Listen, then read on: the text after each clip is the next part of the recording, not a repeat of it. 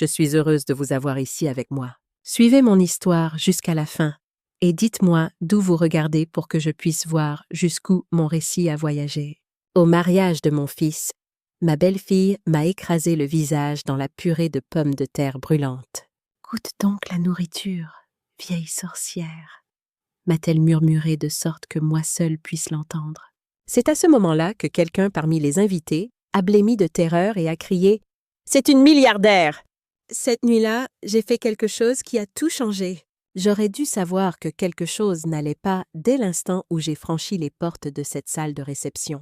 La façon dont les conversations se sont arrêtées en pleine phrase. Comment les têtes se sont tournées et les murmures m'ont suivi comme des ombres. Mais j'étais tellement concentrée sur mon fils Mathieu, tellement désespérée de rendre cette journée parfaite malgré tout, que j'ai ignoré tous les signes avant-coureurs.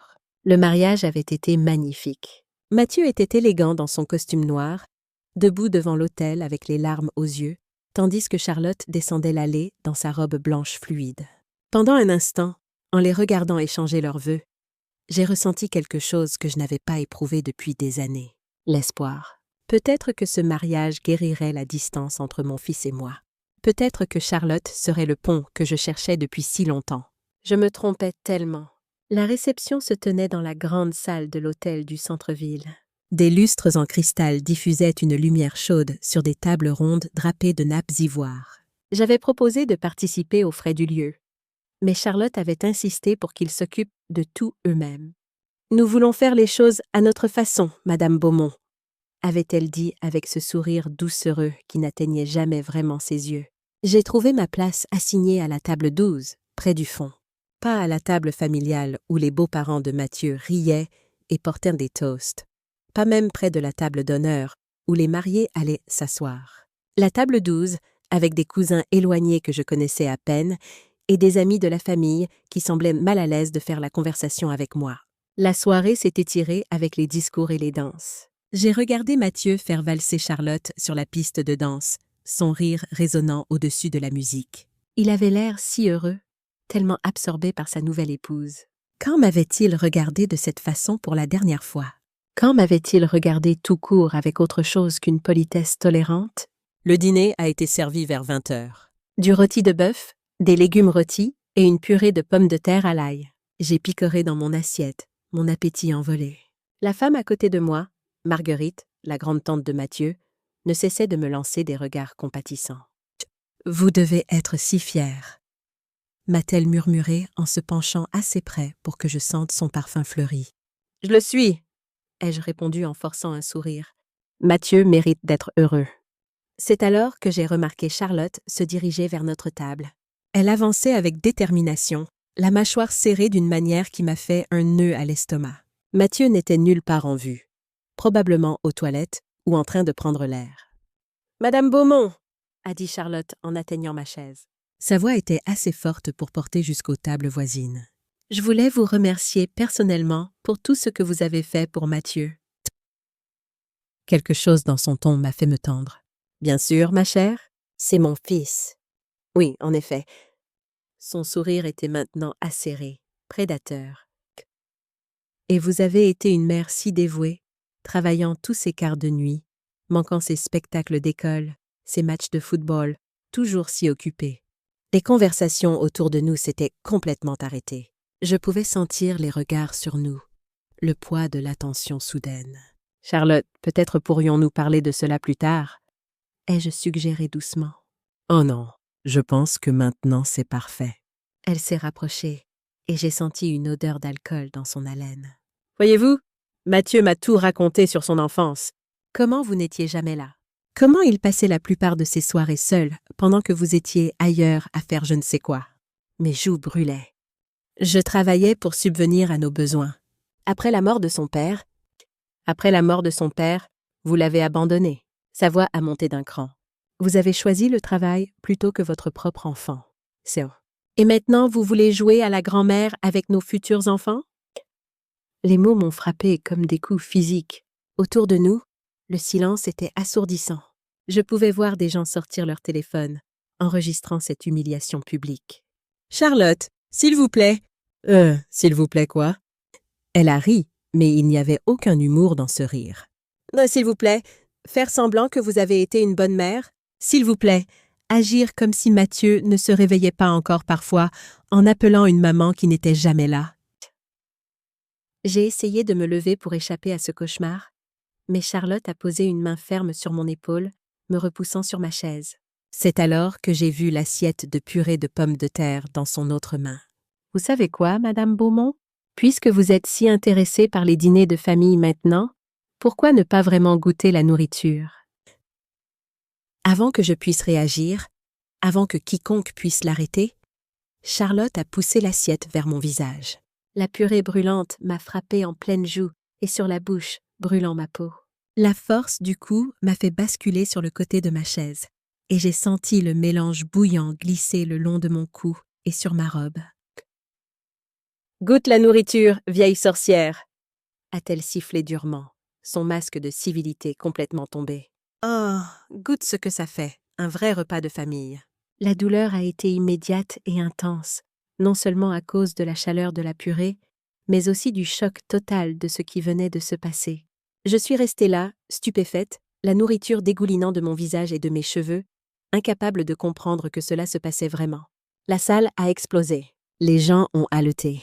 Des chaises ont raclé le sol, tandis que les invités se levaient pour mieux voir. Quelqu'un criait pour avoir des serviettes. Une autre personne appelait la sécurité de l'hôtel. Mais à travers tout cela, j'ai entendu une voix au-dessus du chaos. Un homme que je ne reconnaissais pas, debout près du bar, la bouche grande ouverte. « Oh mon Dieu !» a-t-il dit, sa voix portant à travers la pièce soudainement silencieuse. « Est-ce que vous savez qui vous venez d'attaquer? C'est Fiona Beaumont. Elle vaut plus de 3 milliards d'euros. » Le silence qui a suivi était assourdissant. Tous les regards dans la salle se sont tournés vers moi, assise là, couverte de purée de pommes de terre. Ma coiffure soigneusement arrangée ruinée. Ma dignité en miettes. 3 milliards d'euros. Le chiffre est resté suspendu dans l'air comme une accusation. Le visage de Charlotte est devenu blanc. Sa main tenant encore l'assiette vide s'est mise à trembler. Autour de nous, je pouvais voir les rouages tourner dans les esprits, recalculant tout ce qu'ils croyaient savoir sur la femme modeste en robe bleue simple. J'ai finalement réussi à me lever, le mélange de purée glissant encore sur mon visage. Sans un mot, j'ai marché vers la sortie, mes talons claquant sur le sol de marbre dans le silence absolu. Personne n'a essayé de m'arrêter. Personne n'a dit un mot. Mais alors que j'atteignais la porte, j'ai entendu la voix de Mathieu derrière moi, confuse et désespérée. « Maman, maman, attends. De quoi parle-t-il? 3 milliards? » Je ne me suis pas retournée. Je ne pouvais pas supporter de voir le regard dans les yeux de mon fils, les questions, les accusations, la prise de conscience que sa mère lui avait menti toute sa vie. Cette nuit-là, assise dans mon petit appartement à laver la purée de pommes de terre de mes cheveux, j'ai pris une décision qui allait tout changer. Ils voulaient en savoir à propos des 3 milliards. Ils allaient découvrir exactement de quoi Fiona Beaumont était capable quand on la poussait trop loin. 3 jours sont passés avant que Mathieu n'appelle. 3 jours à rester assise dans mon petit appartement, à fixer mon téléphone en attendant qu'il sonne. Quand il a finalement sonné, sa voix était différente, plus froide, plus distante que je ne l'avais jamais entendue. « Il faut qu'on parle », a-t-il dit sans préambule. Pas de salutation, pas de questions sur comment j'allais après ce qui s'était passé à son mariage. Charlotte veut s'excuser. Bien sûr qu'elle le voulait. Maintenant qu'elle savait qui j'étais vraiment, soudain elle voulait s'excuser. « Je viendrai chez toi », ai-je dit doucement. « Non. » Sa réponse a été rapide, sèche. « Un terrain neutre, le café de la place, dans 1 heure. » La ligne s'est coupée avant que je puisse répondre. Je suis restée là, tenant le téléphone, sentant la douleur familière dans ma poitrine qui était devenue ma compagne constante au fil des années. C'était ainsi que Mathieu parlait à ses associés, pas à sa mère. Mais là encore, Mathieu n'avait jamais vraiment connu sa mère, pas la vraie. Je suis arrivée au café en avance, choisissant une table dans un coin où nous pourrions avoir de l'intimité. La pluie d'automne tambourinait contre les vitres, reflétant parfaitement mon humeur. Quand Mathieu est entré, je l'ai à peine reconnu. La joie du jour de son mariage avait disparu, remplacée par quelque chose de plus dur, de plus méfiant. Charlotte n'était pas avec lui. « Où est ta femme ?» ai-je demandé alors qu'il s'asseyait en face de moi. « Elle digère tout ça ?» Il a commandé un café à la serveuse, puis m'a fixé d'un regard que je n'avais jamais vu auparavant. « C'est vrai, maman? Tu vaux vraiment des milliards? » La question est restée suspendue entre nous comme une mine terrestre. J'avais répété cette conversation dans ma tête des dizaines de fois au fil des années, mais maintenant qu'elle arrivait, je me sentais désarmée. « Oui, » ai-je dit simplement. La mâchoire de Mathieu s'est contractée. « Comment? Par où commencer? » Comment expliquer 30 ans de planification minutieuse, de sacrifices que votre enfant n'a jamais su que vous faisiez, d'une vie vécue dans l'ombre pour protéger la seule personne qui comptait le plus?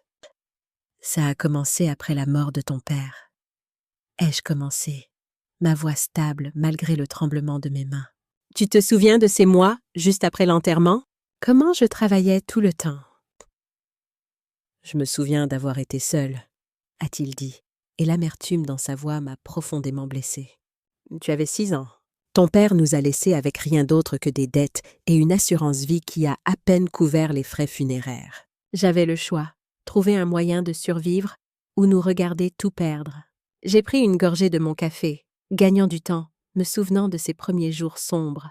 J'ai commencé à faire le ménage dans des immeubles de bureaux la nuit.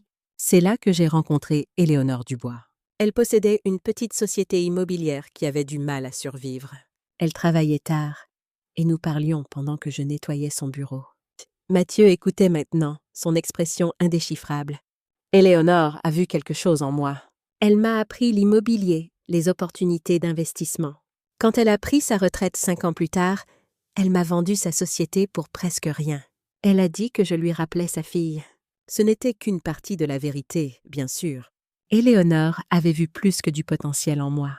Elle avait vu le désespoir, l'intelligence et une éthique de travail qui frôlait l'obsession. Elle avait aussi vu une femme qui ferait n'importe quoi pour assurer l'avenir de son enfant. J'étais douée pour ça, Mathieu. Plus que douée. Je pouvais repérer des propriétés sous-évaluées, négocier des accords que d'autres ne voyaient pas. En 10 ans, j'étais passée de l'immobilier commercial au développement résidentiel, puis aux investissements internationaux. Alors tu as juste oublié de mentionner tout ça? Sa voix montait maintenant, attirant les regards des autres clients. Tu m'as laissé croire que nous étions pauvres. Ah, tu m'as laissé aller à l'université avec des bourses alors que tu aurais pu payer les meilleures écoles de commerce. C'était le cœur du problème, la blessure qui suppurait depuis des décennies. Je voulais que tu aies ta propre vie, ai-je dit en me penchant en avant, libre des chasseurs de fortune, des gens qui ne verraient en toi qu'un portefeuille ambulant. Je voulais que tu trouves un amour vrai, pas quelqu'un attiré par ton argent. Mathieu a ri, mais il n'y avait aucun humour dans ce rire. Comme Charlotte? L'ironie n'a échappé à aucun de nous deux. En essayant de le protéger des chasseurs de fortune, je l'avais rendu vulnérable à un autre type de prédateur. « Tu n'as aucune idée de ce que grandir riche fait à un enfant », ai-je continué. Je l'ai vu détruire des familles, transformer des enfants en monstres arrogants qui n'apprennent jamais la valeur du travail ou des relations authentiques. Alors, à la place, tu m'as fait me sentir sans valeur, a-t-il dit doucement. Tu sais ce que c'était, maman? Regarder les autres enfants se faire chercher par leurs parents pendant que toi, tu travaillais toujours, manquant chaque spectacle de l'école, chaque réunion parents-professeurs. Je pensais que tu ne t'en souciais pas. Mon cœur s'est brisé un peu plus à chaque mot. Je m'en souciais tellement que je me suis épuisée au travail pour construire quelque chose pour toi. Chaque nuit tardive, chaque dîner manqué, chaque fois que j'ai choisi le travail plutôt que d'être avec toi, c'était tout pour toi. Ben non. Mathieu a secoué la tête. Ah, c'était pour ta culpabilité. Ton besoin de prouver quelque chose. Tu aurais pu trouver un équilibre, mais tu as choisi l'argent. Il avait tort, mais je ne pouvais pas lui dire toute la vérité. Pas encore. Il ne savait pas pour les avocats que j'avais engagés pour nous protéger de la famille de son père, qui avait essayé de prétendre qu'il n'était pas vraiment leur fils. Il ne savait pas pour la sécurité privée que j'avais payée pendant ces premières années, quand les associés en affaires de son père venaient réclamer l'argent qu'il prétendait qu'il leur devait. Il ne savait pas pour le fonds fiduciaire que j'avais créé et qui le rendrait indépendamment riche à ses 40 ans, quoi qu'il arrive à ma succession. Je sais que tu es en colère, ai-je dit à la place, et tu as tout à fait le droit de l'être. J'ai fait des erreurs, Mathieu, mais tout ce que j'ai fait était pour te protéger. Me protéger de quoi? D'avoir une mère présente? Les mots ont fait mouche parce qu'ils contenaient une vérité. J'avais été absente, physiquement et émotionnellement. L'empire que j'avais bâti m'avait consumé, poussé par une terreur que si jamais je ralentissais, si jamais je baissais ma garde, quelque chose de terrible arriverait à la seule famille qu'il me restait. De gens comme Charlotte, ai-je dit doucement. Le visage de Mathieu est devenu rouge vif. N'ose pas? Charlotte m'a attaqué à ton mariage, lui ai-je rappelé. Devant 200 personnes. Elle m'a humilié publiquement. C'est ça que l'amour ressemble pour toi? Elle me protégeait de quelqu'un qu'elle pensait être une mère égoïste et absente. Il a marqué une pause. Et peut-être qu'elle avait raison. Les mots ont touché leur cible. Je me suis adossée à ma chaise, me sentant soudain très vieille et très fatiguée. Peut-être qu'elle avait raison, ai-je acquiescé. Mais ça ne change pas ce qu'elle a fait, ni ce qu'elle prévoit de faire maintenant qu'elle sait pour l'argent. L'expression de Mathieu a vacillé juste un instant, avec quelque chose qui aurait pu être du doute. Mais ensuite sa mâchoire s'est de nouveau contractée. Et j'ai su que j'avais perdu cette manche. J'ai besoin de temps pour digérer tout ça, a-t-il dit en se levant. Tout. Mathieu, attends. Non, maman. Pendant 30 ans, tu m'as menti.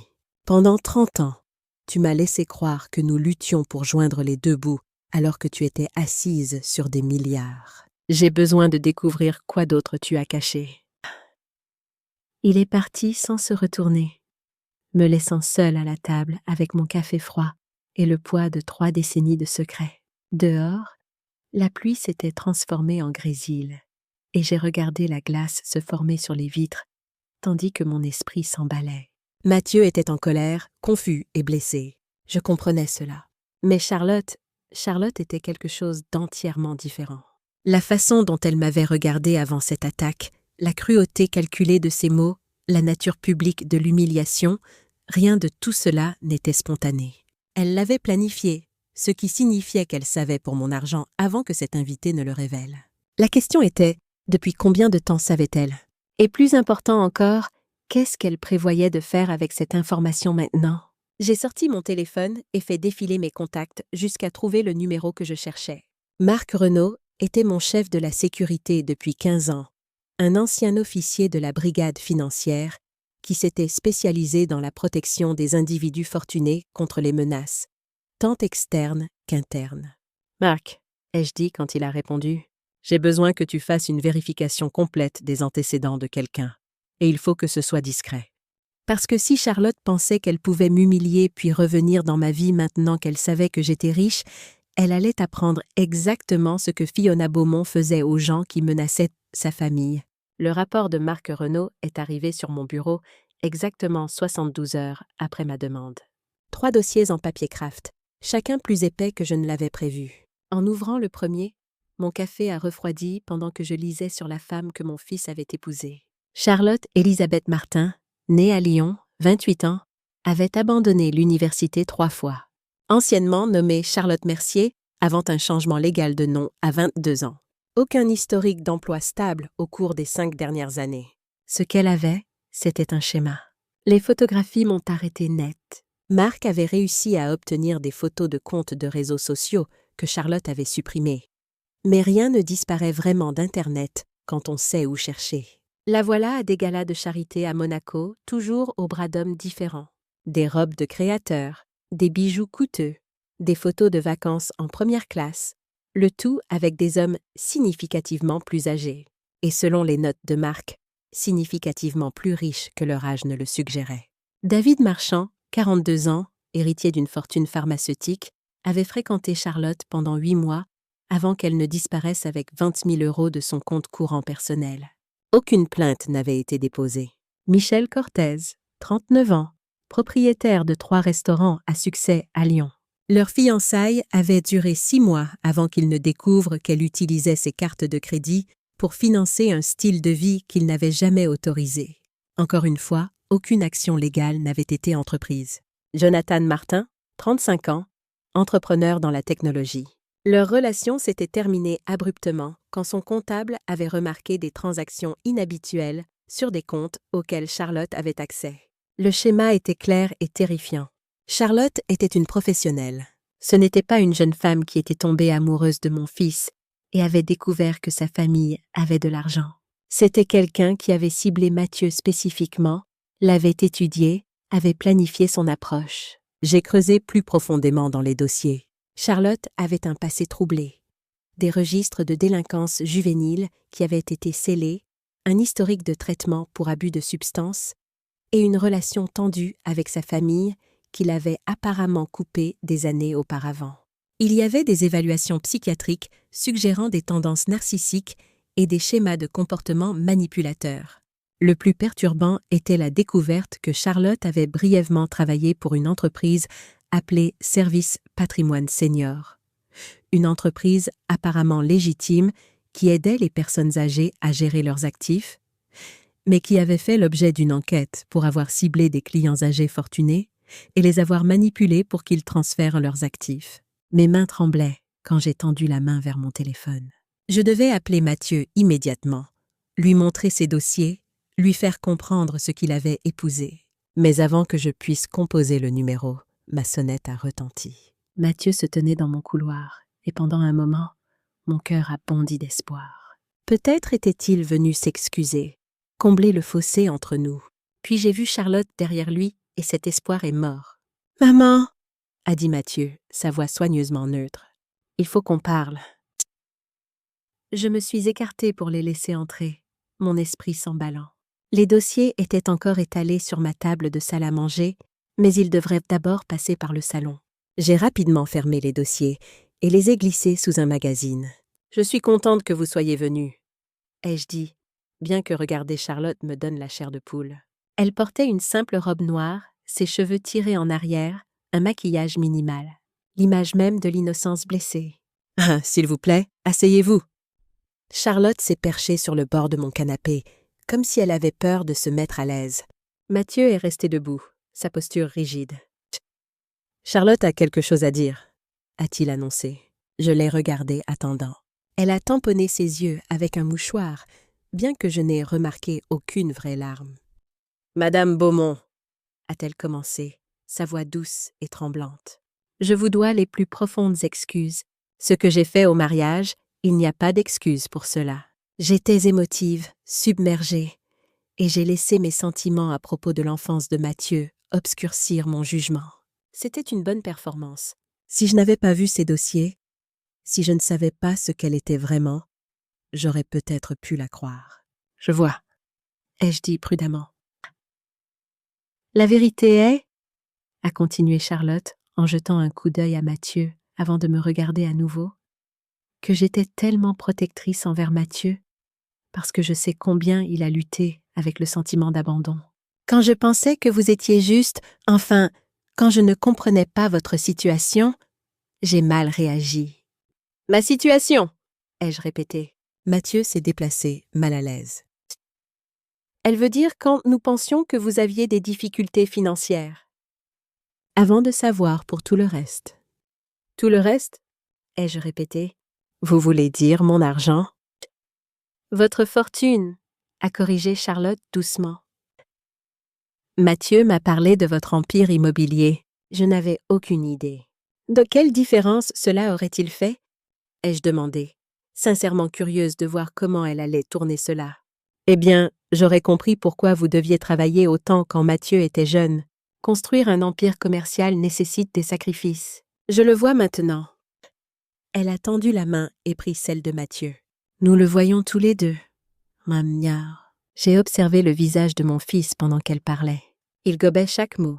Le doute que j'avais vu au café avait disparu, remplacé par le soulagement. Il voulait croire à ce récit, voulait penser que l'attaque de sa femme avait été motivée par un amour protecteur, plutôt que par une cruauté calculée. « C'est très compréhensif de votre part, » ai-je dit. « De vous deux ?» Charlotte a souri, et juste pendant un instant, j'ai vu quelque chose de froid briller dans ses yeux. « La famille est si importante, n'est-ce pas? Maintenant que nous connaissons la vérité sur votre succès, j'espère que nous pourrons repartir de zéro. Peut-être pourriez-vous nous en dire plus sur vos affaires. Mathieu et moi adorerions apprendre. » Et voilà, la vraie raison de cette visite. Elle voulait des informations sur mes actifs, mes investissements, ma planification successorale. Elle calculait déjà, planifiait déjà. Je serais ravie de partager, ai-je menti avec aisance. Peut-être pourriez-vous d'abord m'en dire plus sur vous, Charlotte. Votre famille, votre parcours. Je réalise que je sais si peu de choses sur la femme que mon fils a épousée. Le sourire a légèrement vacillé. Ah, il n'y a pas grand-chose à raconter. J'ai grandi à Lyon, une fille de petite ville. Mes parents sont décédés il y a quelques années. Pas de frères et sœurs. Mathieu est vraiment toute la famille que j'ai maintenant. Chaque mot était soigneusement choisi pour la dépeindre comme vulnérable, seule, méritant protection et soutien. Mais je savais mieux maintenant. Ses parents étaient vivants et en bonne santé, vivant dans une banlieue modeste de Lyon. Elle avait 2 frères et une sœur, qui avaient tous coupé contact avec elle des années auparavant pour des raisons que Marc enquêtait encore. Comme c'est tragique, ai-je dit. Perdre ses parents si jeunes, c'était difficile, a-t-elle acquiescé en tamponnant ses larmes inexistantes à nouveau. Mais ça m'a appris combien la famille est précieuse, combien il est important de s'accrocher aux gens qu'on aime. Mathieu a serré sa main, et j'ai vu la façon dont il la regardait. Protecteur, adorateur, complètement aveugle à ce qui se passait juste devant lui. En fait, a continué Charlotte, Mathieu et moi avons parlé de l'avenir, des enfants, de pourvoir à leurs besoins. C'est merveilleux de savoir qu'ils auront une grand-mère aussi accomplie. Mon sang s'est glacé. Des enfants? Elle planifiait déjà son prochain mouvement. Des petits-enfants qui l'attacheraient définitivement à ma famille et à ma fortune. Les enfants sont une bénédiction, ai-je réussi à dire. Nous essayons, a ajouté Mathieu, et l'ouverture dans sa voix m'a brisé le cœur. Nous voulons fonder une famille tout de suite. Comme c'est merveilleux, ai-je dit, bien qu'à l'intérieur je hurlais. J'avais besoin qu'il parte. J'avais besoin de temps pour réfléchir, planifier, trouver comment sauver mon fils de ce piège dans lequel il avait volontairement marché. En fait, ai-je dit en me levant, j'ai une conférence téléphonique avec mes avocats dans quelques minutes à propos de la mise à jour de ma planification successorale. Peut-être pourrions-nous continuer cette conversation une autre fois. Les yeux de Charlotte se sont aiguisés à la mention de planification successorale, bien qu'elle ait essayé de le cacher. Bien sûr, nous ne voulons pas vous retenir de vos affaires importantes. Alors qu'ils rassemblaient leurs affaires pour partir, Charlotte s'est arrêtée à la porte. Madame Beaumont, je veux juste que vous sachiez combien cela signifie pour Mathieu que nous nous réconcilions. Il a été tellement blessé par la distance entre vous deux. Je l'espère aussi, ai-je dit. Après leur départ, j'ai récupéré les dossiers de Marc et les ai étalés à nouveau. Mais cette fois, je me suis concentrée sur la chronologie. Quand Charlotte avait-elle contacté Mathieu pour la première fois? Selon le rapport, ils s'étaient rencontrés dans un café près de son bureau il y a 18 mois. Elle avait accidentellement renversé sa boisson sur lui. Mais Mathieu travaillait pour Beaumont Holdings.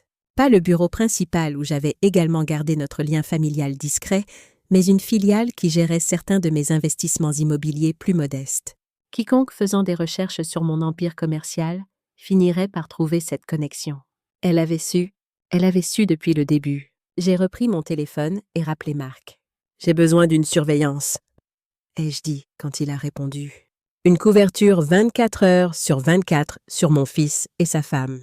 Je veux savoir où ils vont, qui ils rencontrent, ce dont ils discutent. Et Marc, je veux savoir s'ils consultent des avocats. Des avocats en succession? A-t-il demandé. Entre autres. J'ai fixé les photographies de Charlotte avec ses précédentes victimes. J'ai aussi besoin que tu contactes ces hommes, ceux de son passé. Je veux savoir exactement ce qu'elle leur a fait et pourquoi ils n'ont pas porté plainte. Parce que si Charlotte pensait qu'elle pouvait charmer son chemin jusqu'à ma fortune en jouant le rôle de l'épouse dévouée et future mère, elle allait apprendre que je n'avais pas construit un empire de plusieurs milliards en étant naïve.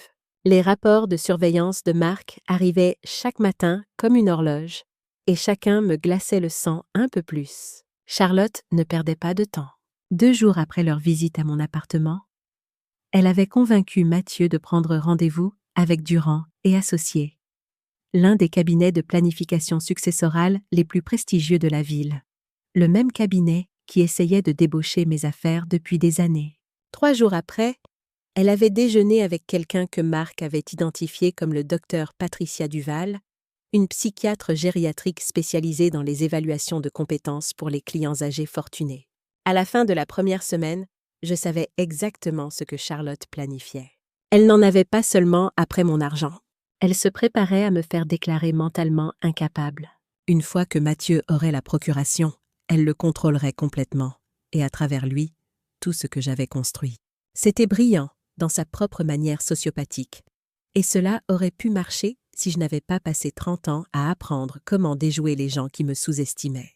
J'étais assise dans mon bureau à examiner les dernières photos de surveillance quand ma femme de ménage, Maria, a frappé à la porte. « Madame Beaumont, votre fils est là.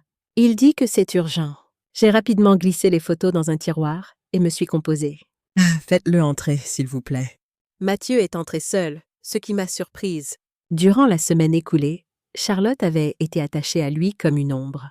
Il avait l'air fatigué, plus vieux d'une certaine façon, et il y avait des cernes sombres sous ses yeux. « Maman, il faut qu'on parle, » a-t-il dit en prenant la chaise en face de mon bureau. « De ta santé ? Voilà, le coup d'ouverture. Ma santé va très bien, Mathieu, » ai-je dit calmement. « Pourquoi poses-tu la question ? Charlotte s'inquiète pour toi.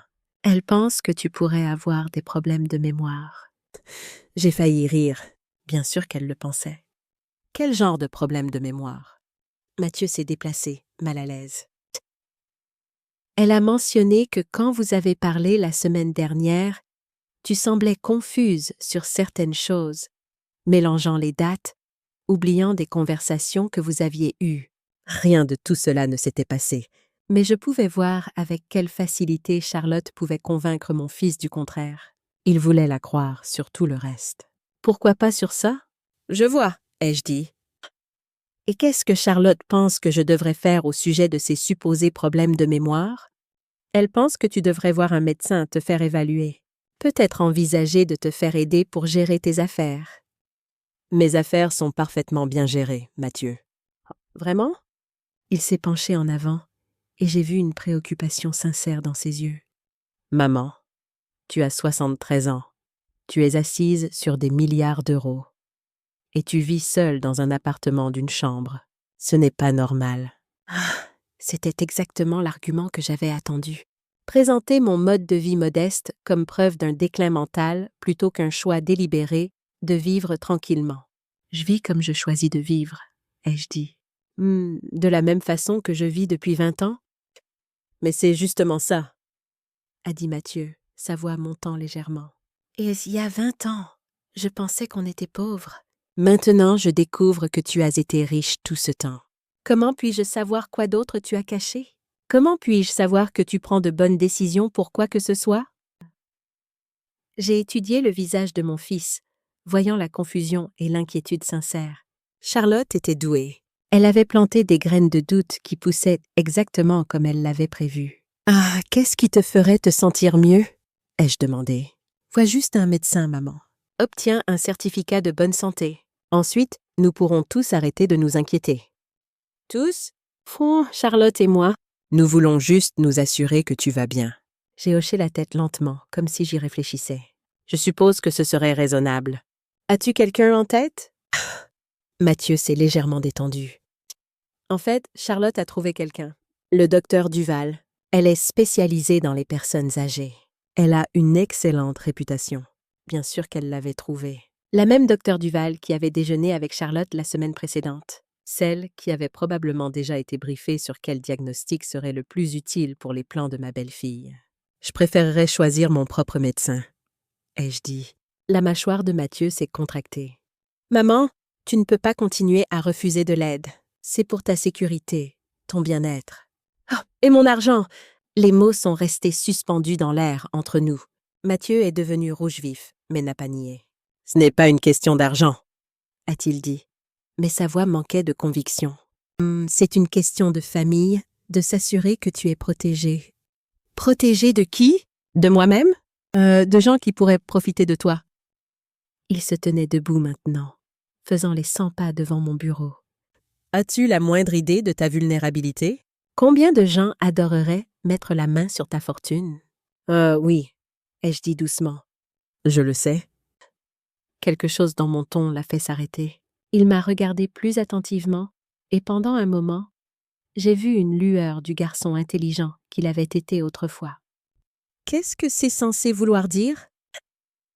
Ça veut dire que je me protège moi et mes actifs depuis 30 ans, Mathieu. Ça veut dire que je sais exactement qui représente une menace pour mon bien-être, et ce ne sont pas des étrangers. Alors qui? J'ai soutenu son regard. Demande-toi qui bénéficie le plus si je suis déclaré incapable. Qui prend le contrôle de mes actifs si quelque chose m'arrive? Qui a suggéré le médecin qui pousse pour l'évaluation? Qui s'est tellement inquiété de mon état mental depuis qu'elle a appris pour ma fortune? Mathieu s'est figé. Tu parles de ma femme? Je parle de schéma, Mathieu. De gens qui ciblent des individus fortunés pour exploitation financière. C'est dingue, a-t-il dit, mais sa voix avait perdu son tranchant. Charlotte m'aime. Elle m'a épousée avant de savoir pour l'argent. Vraiment? La question a touché sa cible.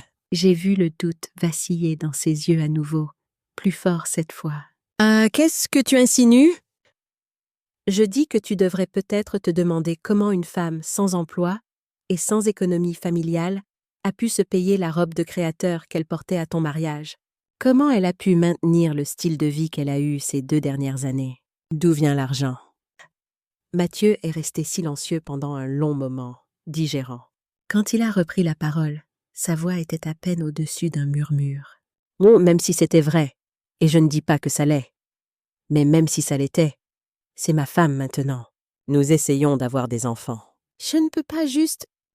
Tu ne peux pas juste quoi? Te protéger? Protéger tes futurs enfants de quelqu'un qui les voit comme des sources de revenus? Tu ne la connais pas comme moi. Tu as raison, je la connais mieux. J'ai ouvert le tiroir de mon bureau et sorti un des dossiers de Marc. Pas le rapport complet. Mathieu n'était pas prêt pour ça encore, mais certaines des preuves les plus accablantes, les photos de Charlotte avec ses précédentes victimes, la documentation de son schéma. « Qu'est-ce que c'est ?» a demandé Mathieu en prenant le dossier d'une main tremblante. « La vérité sur la femme que tu as épousée. » J'ai observé son visage pendant qu'il feuilletait les pages, regardé la couleur se vider de ses joues, vu ses mains commencer à trembler. Quand il est arrivé aux photographies, il a vraiment haleté. « Où as-tu eu ça? » « Oui. » J'ai fait enquêter sur elle de la même façon que j'enquête sur toute menace potentielle pour ma famille. « Tu as fait enquêter sur ma femme? » Sa voix montait à nouveau, mais maintenant c'était le choc plutôt que la colère. « J'ai fait enquêter sur une étrangère qui m'a attaqué au mariage de mon fils. » Ai-je corrigé? Une étrangère qui s'est soudainement montrée très intéressée par la réconciliation une fois qu'elle a appris pour ma fortune. Mathieu s'est affaissé dans sa chaise, fixant toujours les photos. Ces hommes, qui sont-ils? De ses précédentes cibles. Tous fortunés, tous significativement plus âgés que le groupe démographique habituel de leurs épouses. Tous sont ressortis plus pauvres après leur relation avec ta femme. Ça ne peut pas être vrai. Ça doit être une sorte d'erreur. J'ai sorti mon téléphone et joué un fichier audio. Marc avait été minutieux dans son enquête, incluant des interviews avec les précédentes victimes de Charlotte. Elle était parfaite au début, disait la voix de David Marchand. Aimante, attentive, elle me faisait me sentir comme l'homme le plus important au monde.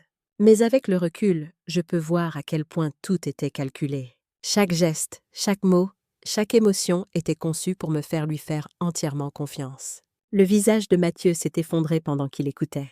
Quand l'enregistrement s'est terminé, il m'a regardé avec des yeux pleins de douleur. « Depuis combien de temps, tu sais? » C'est depuis le lendemain du jour où tu es venu ici avec elle. Je soupçonnais que quelque chose n'allait pas dès le moment où elle m'a attaqué, mais j'avais besoin de preuves. Et tu ne m'as pas dit. M'aurais-tu cru? Ou m'aurais-tu accusé d'essayer de détruire ton mariage par jalousie? Il était silencieux parce que nous connaissions tous les deux la réponse. « Qu'est-ce que je suis censée faire maintenant? » a-t-il finalement demandé. Ça dépend. Veux-tu sauver ton mariage ou te sauver toi-même? Je veux sauver les deux. Ce n'est pas possible, Mathieu. Pas avec quelqu'un comme Charlotte. Les gens comme elle ne changent pas. Ils deviennent juste meilleurs pour cacher ce qu'ils sont. Il s'est levé brusquement, serrant toujours le dossier. J'ai besoin de temps pour réfléchir. J'ai besoin de digérer tout ça. Le temps est quelque chose dont tu n'as peut-être pas beaucoup, l'ai-je averti. Elle a déjà pris des rendez-vous avec des avocats et des médecins. Quoi qu'elle planifie, ça avance vite. Je sais. C'est juste, je pensais avoir enfin une famille, quelqu'un qui m'aimait. La douleur dans sa voix m'a brisé le cœur. Tu as une famille, Mathieu. Tu m'as. Vraiment? Parce que pendant 30 ans, tu m'as menti sur qui tu es. Je t'ai protégé. C'est différent. Vraiment? Il s'est dirigé vers la porte, puis a marqué une pause. Je ne sais plus qui croire, maman. Je ne sais plus ce qui est réel. Après son départ, je suis restée assise dans mon bureau pendant un long moment, fixant les preuves étalées sur mon bureau.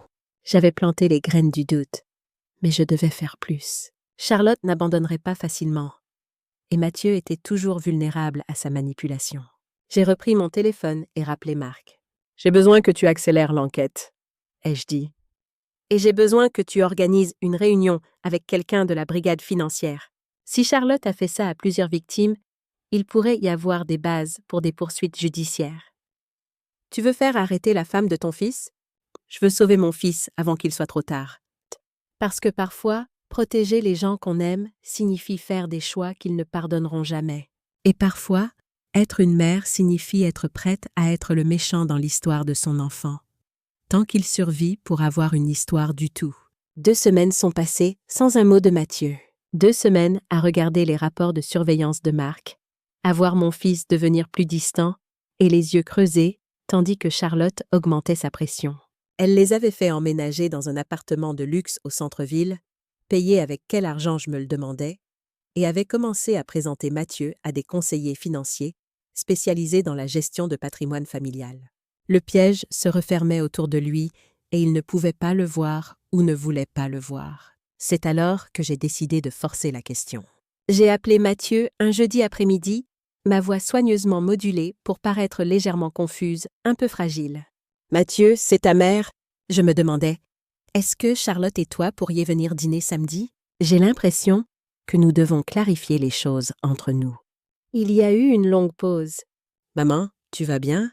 Tu as l'air... »« Je vais bien, mon chéri. Juste fatigué. » Toute cette situation m'a pesé. Je pense que Charlotte avait raison. Peut-être que j'ai besoin de commencer à faire quelques changements. Planifier l'avenir. Je pouvais presque entendre son soulagement à travers le téléphone. « Bien sûr, nous viendrons. »« À quelle heure? » « 19h. » « Et Mathieu, j'aimerais discuter de ma planification successorale avec vous deux. Je pense qu'il est temps que je commence à faire confiance à la famille pour m'aider à prendre des décisions importantes. » Après avoir raccroché, j'ai appelé Marc. « Samedi soir, j'ai besoin d'une surveillance audio et vidéo complète de mon appartement. Des caméras cachées, des microphones directionnels, tout. Qu'est-ce que tu prépares? » Je vais laisser Charlotte se pendre avec sa propre corde. Pendant que j'attendais l'arrivée de samedi, Marc a continué son enquête plus approfondie sur le passé de Charlotte. Les résultats étaient encore plus perturbants que je ne l'avais anticipé. Charlotte Élisabeth Mercier, son nom de naissance avant qu'elle ne le change légalement en Martin, avait grandi dans une famille de classe moyenne à Lyon. Son enfance semblait normale en surface, mais les dossiers scolaires montraient des problèmes de comportement, commençant au début de son adolescence. Elle avait été suspendue plusieurs fois pour intimidation, vol et manipulation des professeurs et des camarades. À 17 ans, elle avait été arrêtée pour fraude à la carte de crédit après avoir volé les cartes de ses parents et accumulé des milliers d'euros de dettes. Les charges avaient été abandonnées après que ses parents avaient accepté de payer. Mais selon les interviews que Marc avait menées avec d'anciens voisins, la famille n'avait plus jamais été la même. Elle avait abandonné 3 universités différentes, à chaque fois après être devenue romantiquement impliquée avec des professeurs ou des étudiants fortunés. À chaque fois, de l'argent disparaissait, des relations étaient détruites, et Charlotte passait à autre chose sans égratignure. Le plus perturbant était son bref emploi à Service Patrimoine Senior, une entreprise qui avait fait l'objet d'une enquête pour avoir ciblé des personnes âgées fortunées. L'entreprise fournissait des services légitimes aidant les clients âgés à gérer leurs finances. Mais plusieurs employés avaient été inculpés pour avoir manipulé des clients vulnérables afin qu'ils changent leur testament ou transfèrent leurs actifs. Charlotte y avait travaillé pendant 8 mois avant de partir abruptement juste au moment où les enquêtes s'intensifiaient. Aucune charge n'avait été retenue contre elle spécifiquement, mais son superviseur avait été condamné pour abus financiers envers les personnes âgées et purgeait actuellement une peine de 5 ans de prison. Ce n'était pas juste une opportuniste qui était tombée sur la richesse par hasard. C'était une prédatrice calculée avec un historique de ciblage des personnes vulnérables et fortunées. Et maintenant, elle avait jeté son dévolu sur mon fils, et à travers lui, sur moi. Marc avait réussi à contacter 2 des précédentes victimes de Charlotte. Les 2 hommes étaient initialement réticents à parler, embarrassés par la façon dont ils avaient été si complètement manipulés. Mais finalement, ils s'étaient ouverts, peignant un portrait glaçant de la méthodologie de Charlotte. « Elle vous étudie d'abord », avait expliqué Michel Cortez. « Elle apprend vos faiblesses, vos désirs, ce qui vous manque dans la vie. Puis elle devient exactement cette personne. C'est comme si elle avait cette capacité de se transformer en tout ce dont vous avez le plus besoin. » Le récit de David Marchand était encore plus perturbant. Elle m'a d'abord isolée de mes amis et de ma famille, toujours avec des excuses raisonnables. Ils étaient jaloux de notre relation. Ils ne comprenaient pas notre connexion. Ils m'utilisaient pour mon argent. L'ironie, n'est-ce pas?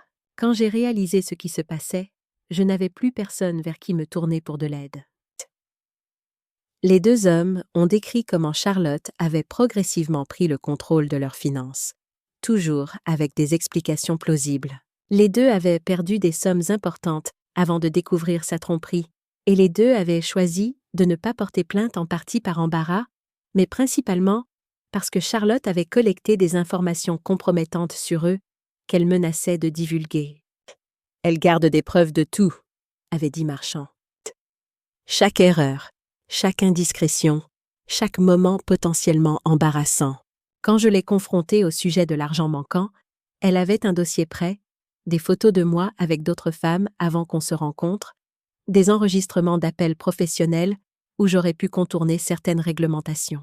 Rien d'illégal, mais suffisant pour être humiliant si rendu public.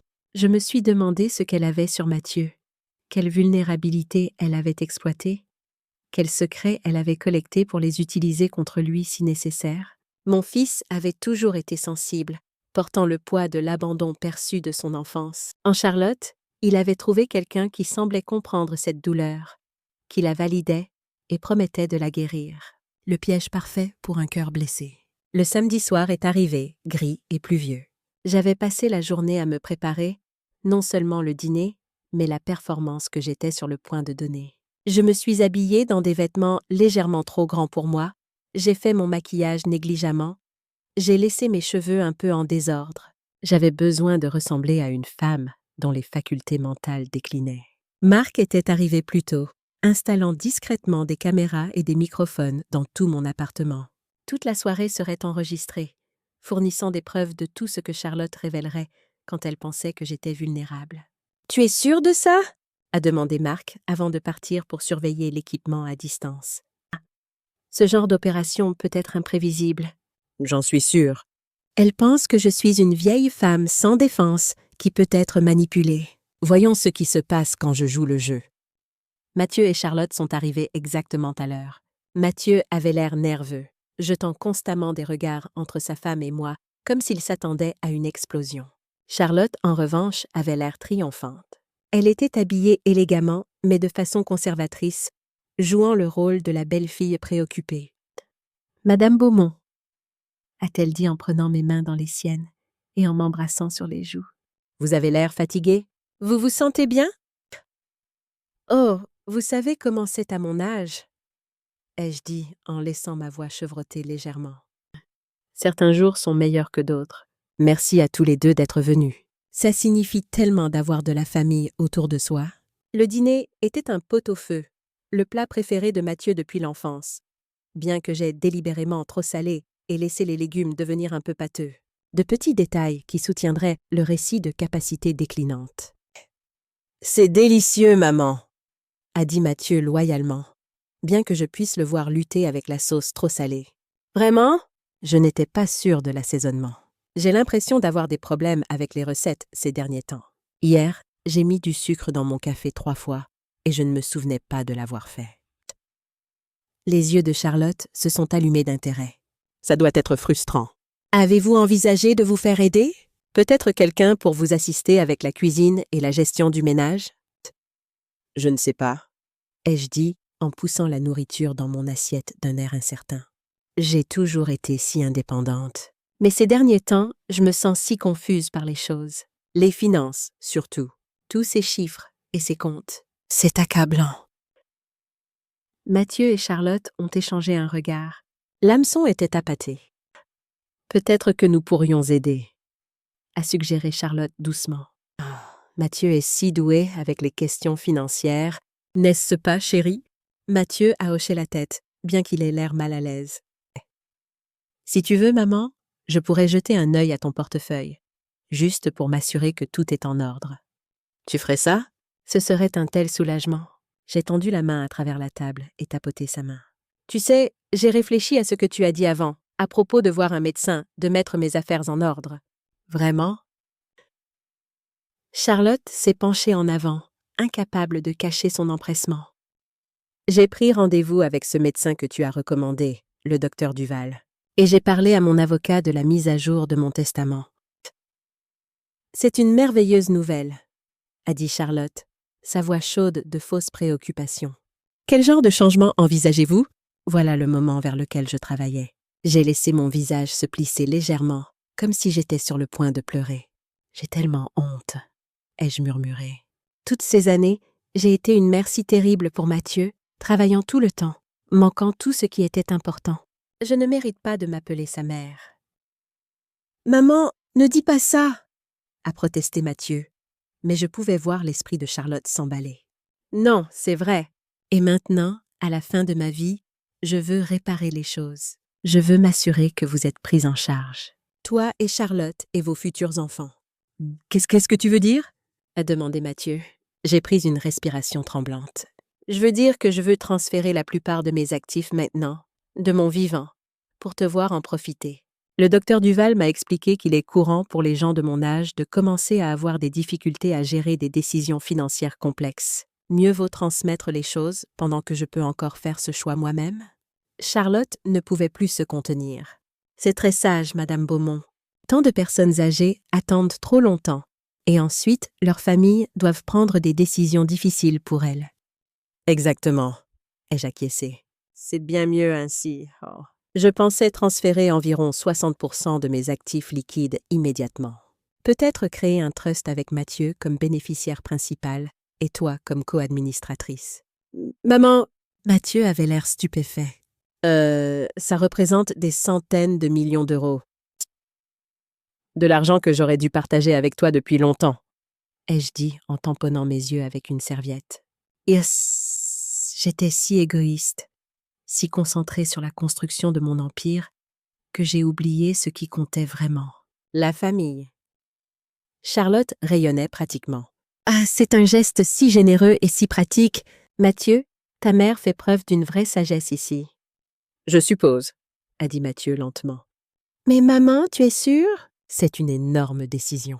Ah, j'en suis sûre, ai-je dit fermement. En fait, j'aimerais commencer les démarches le plus vite possible. Peut-être cette semaine. Pourquoi cette urgence? A demandé Mathieu. J'ai laissé ma voix devenir petite et effrayée. Au cas où. Au cas où elle trouverait quelque chose qui ne va pas chez moi. S'il y a des problèmes avec ma mémoire ou mon jugement, je veux savoir que j'ai pris cette décision pendant que j'étais encore moi-même. Charlotte a tendu la main et serré la mienne. C'est très attentionné, Madame Beaumont, très responsable. Il y a juste une chose, ai-je ajouté, comme si cela venait juste de me venir à l'esprit. Mon avocat insiste pour enregistrer notre conversation sur le transfert. Protection légale, dit-il, pour prouver que je prends cette décision librement et en pleine compréhension de ce que je fais. Pendant juste un instant, le masque de Charlotte a glissé. J'ai vu le calcul dans ses yeux, puis la prudence, mais la cupidité l'a emporté. « Bien sûr », a-t-elle dit en douceur. Une transparence complète est toujours préférable dans ces situations. Le reste du dîner s'est passé dans un flou de planification. Charlotte a suggéré des avocats qui pourraient accélérer le processus. Elle a mentionné des conseillers financiers qui pourraient aider à gérer la transition. Elle a même évoqué la possibilité que Mathieu prenne un rôle plus actif dans mes opérations commerciales. Alors qu'il se préparait à partir, Charlotte m'a serré chaleureusement dans ses bras. « Madame Beaumont, je veux que vous sachiez combien cela signifie pour Mathieu, pour nous deux. Vous nous faites un cadeau merveilleux. Ah, c'est la moindre des choses, ai-je dit. Après toutes les années que j'ai perdues avec mon fils, Mathieu m'a embrassé sur la joue pour me dire au revoir. Et j'ai vu quelque chose dans ses yeux qui m'a brisé le cœur. L'espoir. Il croyait sincèrement que c'était sa mère qui essayait de faire amende honorable, de reconstruire leur relation par la générosité. Il n'avait aucune idée qu'il était sur le point d'assister à la destruction complète de sa femme. Après leur départ, je suis restée assise dans mon appartement pendant exactement 1 heure. Puis j'ai appelé Marc. « Tu as tout eu ? Vidéo et audio cristalline. » Elle a mordu à l'hameçon complètement. « Bien. Maintenant, j'ai besoin que tu contactes l'inspectrice principale Sarah Chen de la brigade financière. Dis-lui que j'ai des preuves d'un stratagème en cours pour escroquer une personne âgée. Dis-lui que j'ai des images de surveillance de l'auteur discutant de plans spécifiques pour manipuler une évaluation de compétences et prendre le contrôle d'actifs par la contrainte. » « Tu vas vraiment aller jusqu'au bout ? » J'ai pensé au visage plein d'espoir de Mathieu, aux petits-enfants que Charlotte prévoyait d'utiliser comme levier émotionnel, aux décennies de planification minutieuse qu'elle essayait de dénouer. « Elle a fait une erreur, » ai-je dit. « Elle a supposé que parce que j'ai 73 ans et que je vis modestement, je devais être faible. » Elle a confondu l'apparence avec la réalité. « Et Mathieu ?» C'était la question qui me hantait. Mon fils me haïrait pour ça. Il ne me pardonnerait peut-être jamais. Mathieu comprendra finalement. Et s'il ne le fait pas, eh bien, au moins, il sera vivant et financièrement en sécurité pour me haïr. Parce que parfois, être une mère signifie sauver ses enfants d'eux-mêmes, même quand ils ne voient pas le danger. Même quand ils ne te remercieront jamais pour ça. Le lendemain, Marc a organisé une réunion confidentielle avec l'inspectrice principale Sarah Chen de la brigade financière qui était spécialisée dans les affaires d'abus financiers envers les personnes âgées. C'était une femme pragmatique dans la quarantaine, avec des yeux perçants, qui ne manquaient rien. Je l'ai immédiatement appréciée. « Madame Beaumont ?» a-t-elle dit après les présentations. Marc m'a briefé sur les grandes lignes, mais j'aimerais l'entendre directement de vous. Pendant l'heure qui a suivi, j'ai exposé toute l'histoire, l'attaque de Charlotte au mariage, la découverte subséquente de son passé et son plan actuel pour me faire déclarer incapable. J'ai montré à l'inspectrice Chen les dossiers que Marc avait compilés, y compris les interviews avec les précédentes victimes de Charlotte. « Oh, c'est certainement préoccupant, » a dit l'inspectrice Chen en examinant les preuves. « Mais prouver l'intention de frauder peut être difficile sans preuve claire que le suspect s'engage activement dans la fraude. »« J'ai ça aussi, » ai-je dit, et j'ai fait signe à Marc qui a joué l'enregistrement du dîner de la veille. L'inspectrice Chen a écouté attentivement, son expression devenant plus sérieuse, tandis que la voix de Charlotte remplissait la pièce, discutant de comment accélérer le transfert d'actifs, suggérant des médecins spécifiques connus pour fournir des évaluations de compétences douteuses et élaborant des stratégies sur la façon de maintenir le contrôle des fonds une fois qu'ils seraient transférés. Quand l'enregistrement s'est terminé, l'inspectrice Chen est restée silencieuse un moment.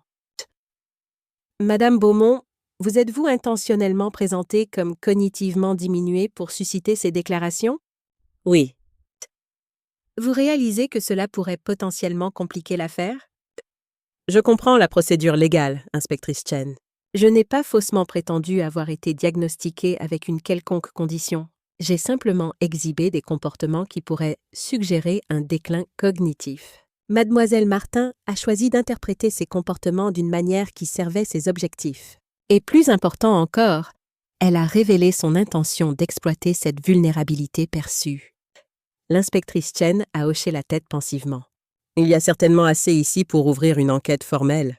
Le schéma de comportement avec les précédentes victimes renforce considérablement le dossier. Combien de temps prendra l'enquête? Les affaires de fraude financière peuvent être complexes. Nous devrons tracer les registres financiers, interroger les victimes précédentes qui sont disposées à témoigner et construire un dossier solide qui peut résister à l'examen en cours. Cela pourrait prendre des semaines, voire des mois. Je n'ai pas des mois, inspectrice Chen. Charlotte accélère son calendrier. Elle m'a déjà programmée pour une évaluation de compétences avec un médecin connu pour fournir des opinions favorables à ceux qui paient assez. Elle rencontre des avocats en succession qui se spécialisent dans le contournement des protections standards. L'inspectrice Chen a considéré cela. Il pourrait y avoir une approche plus rapide. Si nous pouvons la prendre sur le fait en train de tenter de transférer frauduleusement des fonds ou de falsifier des dossiers médicaux, nous pourrions agir beaucoup plus vite. Qu'est-ce que cela impliquerait? Une opération piège. Nous aurions besoin de votre pleine coopération, et cela comporterait certains risques. J'ai construit un empire immobilier de plusieurs milliards à partir de rien, inspectrice Chen. Je n'ai pas peur du risque. Au cours des jours suivants, l'inspectrice Chen et son équipe ont travaillé avec Marc et moi pour élaborer un plan. Nous procéderions à l'évaluation de compétences avec le docteur Duval, mais avec des agents de la brigade financière surveillant la séance. Nous commencerions les démarches pour le transfert d'actifs, mais avec des déclencheurs spécifiques intégrés qui alerteraient les autorités en cas de manipulation. L'objectif était de prendre à la fois Charlotte et quiconque collaborait avec elle, comme le docteur Duval, en flagrant délit de fraude. C'était un jeu dangereux, me mettre dans la position de paraître vulnérable face à des gens qui voulaient exploiter cette vulnérabilité. Mais c'était le moyen le plus rapide de rassembler les preuves nécessaires pour des poursuites. Pendant ce temps, Mathieu restait distant. Il appelait occasionnellement, toujours avec Charlotte à proximité à en juger par la nature surveillée de ses conversations. Il semblait tiraillé entre l'excitation à propos du transfert d'actifs en attente et l'inquiétude pour mon bien-être. Je mourais d'envie de lui dire la vérité, de le mettre en garde contre le piège que nous tendions. Mais l'inspectrice Chen avait été catégorique. Moins il y a de gens au courant de l'opération, mieux c'est. Même ceux avec les meilleures intentions peuvent involontairement compromettre une enquête. Je comprenais la logique, mais cela ne rendait pas plus facile d'entendre l'espoir dans la voix de mon fils, sachant que cet espoir serait bientôt brisé. Le jour de mon rendez-vous avec le docteur Duval est arrivé. L'équipe de l'inspectrice Chen m'avait équipé d'un microphone caché et avait des agents postés à proximité. Le plan était simple. Je jouerais le rôle d'une femme âgée confuse, permettant au docteur Duval de guider l'évaluation dans la direction que Charlotte avait arrangée. Le cabinet du docteur Patricia Duval était conçu pour projeter chaleur et compétence. Un éclairage doux, de l'art de bon goût, des meubles confortables qui restaient faciles à naviguer pour les patients plus âgés. Le médecin elle-même avait la cinquantaine, impeccablement habillée, avec un sourire pratiqué qui n'atteignait jamais vraiment ses yeux. « Madame Beaumont, c'est un plaisir de vous rencontrer », a-t-elle dit en me faisant signe de m'asseoir dans un fauteuil moelleux en face de son bureau. « Votre fils et votre belle-fille ont dit tant de bien de vous. »« Vraiment ?» ai-je dit en ayant l'air délibérément incertaine. « C'est gentil.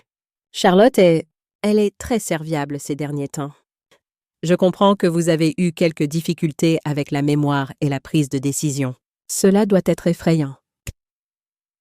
Parfois je me sens confuse, ai-je admis, jouant le jeu du récit que Charlotte avait créé. Les dates, les noms. Parfois je ne me souviens pas si j'ai pris mes médicaments. Le docteur Duval a hoché la tête avec sympathie, prenant des notes. Ce n'est pas inhabituel à votre âge. J'aimerais effectuer une évaluation cognitive standard aujourd'hui, juste pour établir un point de référence sur où vous en êtes. L'évaluation a procédé avec une série de questions et de tâches conçues pour tester la mémoire, le raisonnement et le jugement. J'ai délibérément mal performé sur certains tests, tout en réussissant bien sur d'autres, un schéma qui serait difficile à classer proprement comme démence ou un autre trouble cognitif, mais qui donnerait au docteur Duval suffisamment de munitions si elle cherchait à soutenir une conclusion de capacité diminuée. Tout au long de l'évaluation, le docteur Duval a fait des commentaires orientés qui m'ont inquiété. Vous semblez avoir des difficultés avec les calculs financiers. Trouvez-vous difficile de gérer vos investissements? Oh oui, ai-je dit. Tous ces chiffres, toutes ces décisions. Mathieu et Charlotte veulent m'aider avec ça.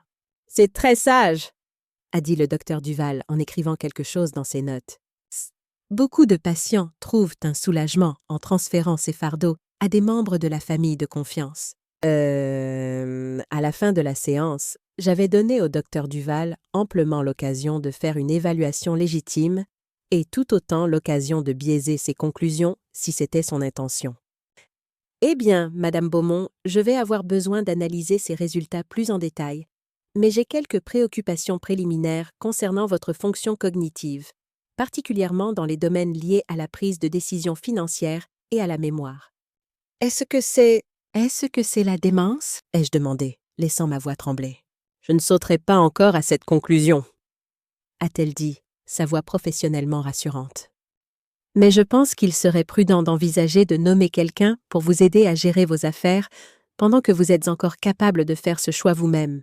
Mathieu en a parlé aussi, de me faire signer le transfert d'une partie du contrôle à lui et Charlotte. Le docteur Duval a hoché la tête. C'est très sensé. Je serais heureuse de fournir une documentation soutenant cette décision, notant que vous êtes actuellement compétente pour faire ce choix, mais montrant des signes qui suggèrent qu'une intervention serait bénéfique avant que votre état ne progresse. Et voilà exactement ce que Charlotte avait arrangé. Une opinion médicale comme quoi j'étais juste assez compétente pour légalement transférer des actifs, mais suffisamment en déclin pour justifier de le faire immédiatement. C'était élégamment corrompu. Quand pourriez-vous avoir cette documentation prête? Ai-je demandé. Je pourrais avoir un rapport préliminaire d'ici demain. Je comprends, d'après votre belle-fille, qu'il y a une certaine urgence à mettre vos affaires en ordre. Oui, ai-je dit. Charlotte est très préoccupée par mon sort. Après avoir quitté le cabinet du docteur Duval, j'ai rencontré l'inspectrice Chen dans un lieu sécurisé pour examiner l'enregistrement. Elle coopère définitivement avec votre belle-fille, a confirmé l'inspectrice Chen après avoir écouté l'audio. L'évaluation était bâclée au mieux et ses conclusions étaient clairement prédéterminées. Nous devrons enquêter plus en profondeur sur leur connexion, mais c'est un début prometteur. Quelle est la prochaine étape? Nous continuons avec le plan. Procéder avec la documentation de transfert, mais retarder la signature effective jusqu'à ce que nous ayons rassemblé plus de preuves. Nous devons documenter toute l'étendue de la conspiration. Au cours des jours suivants, l'empressement de Charlotte est devenu de plus en plus difficile à cacher. Elle appelait quotidiennement, vérifiant le statut du rapport du docteur Duval, suggérant un langage spécifique pour les documents de transfert. Elle a arrangé des réunions avec des conseillers financiers qui, selon les recherches de Marc, avaient des historiques douteux eux aussi. Mathieu semblait emporté par son enthousiasme, bien que j'aie détecté des notes d'inquiétude dans sa voix pendant nos conversations. Il était sincèrement préoccupé par ma santé, même s'il allait bénéficier du supposé déclin. Le conflit le déchirait, et je brûlais de mettre fin à sa souffrance, de lui dire la vérité. Mais l'enquête devait suivre son cours. Une semaine après ma visite au docteur Duval, les pièces étaient en place. Charlotte avait arrangé pour que les documents de transfert soient signés chez moi, avec un notaire qu'elle avait sélectionné, un autre signal d'alarme sur lequel l'équipe de l'inspectrice Chen enquêtait. Le docteur Duval avait fourni son rapport, qui me diagnostiquait avec une déficience cognitive légère, avec des signes de démence progressive, malgré n'avoir mené que l'examen le plus sommaire. La nuit avant la signature prévue, l'inspectrice Chen a appelé avec une mise à jour. Nous avons trouvé la connexion. Le docteur Duval a déjà travaillé avec Charlotte, fournissant des évaluations similaires pour au moins 2 autres victimes âgées. Et le notaire qu'elle a arrangé pour demain, Jacques Perrin, a été impliqué dans plusieurs transferts d'actifs douteux. Nous sommes prêts à agir quand vous l'êtes. Demain alors, ai-je dit, quand ils arriveront pour la signature.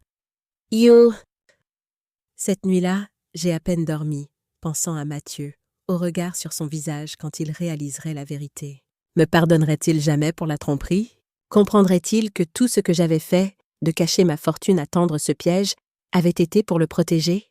Le matin est arrivé trop vite, et avec lui l'acte final d'un drame qui se construisait depuis des mois. L'équipe de l'inspectrice Chen était en position. L'équipement de surveillance était actif, et j'étais aussi prête que je le serais jamais à affronter la femme qui avait essayé de détruire ma famille.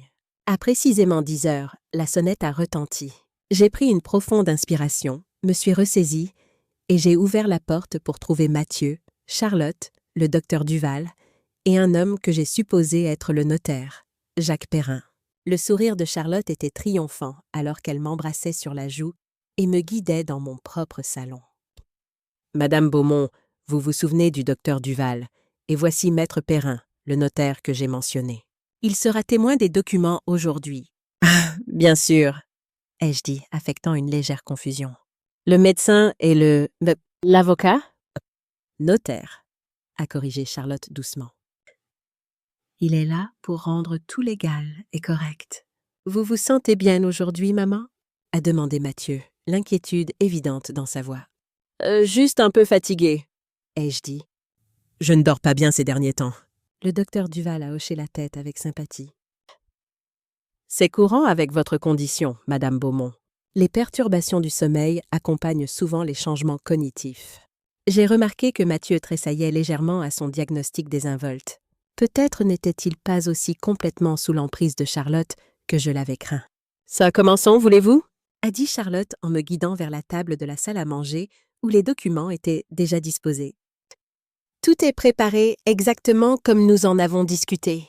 Le transfert de 60% de vos actifs liquides au trust conjoint avec Mathieu comme bénéficiaire principal et moi-même comme co-administratrice. » Tout ça a l'air très officiel, ai-je dit en fixant la pile de papier. Maître Perrin va vous guider à travers tout, m'a assuré Charlotte. Nous avons juste besoin de votre signature à quelques endroits.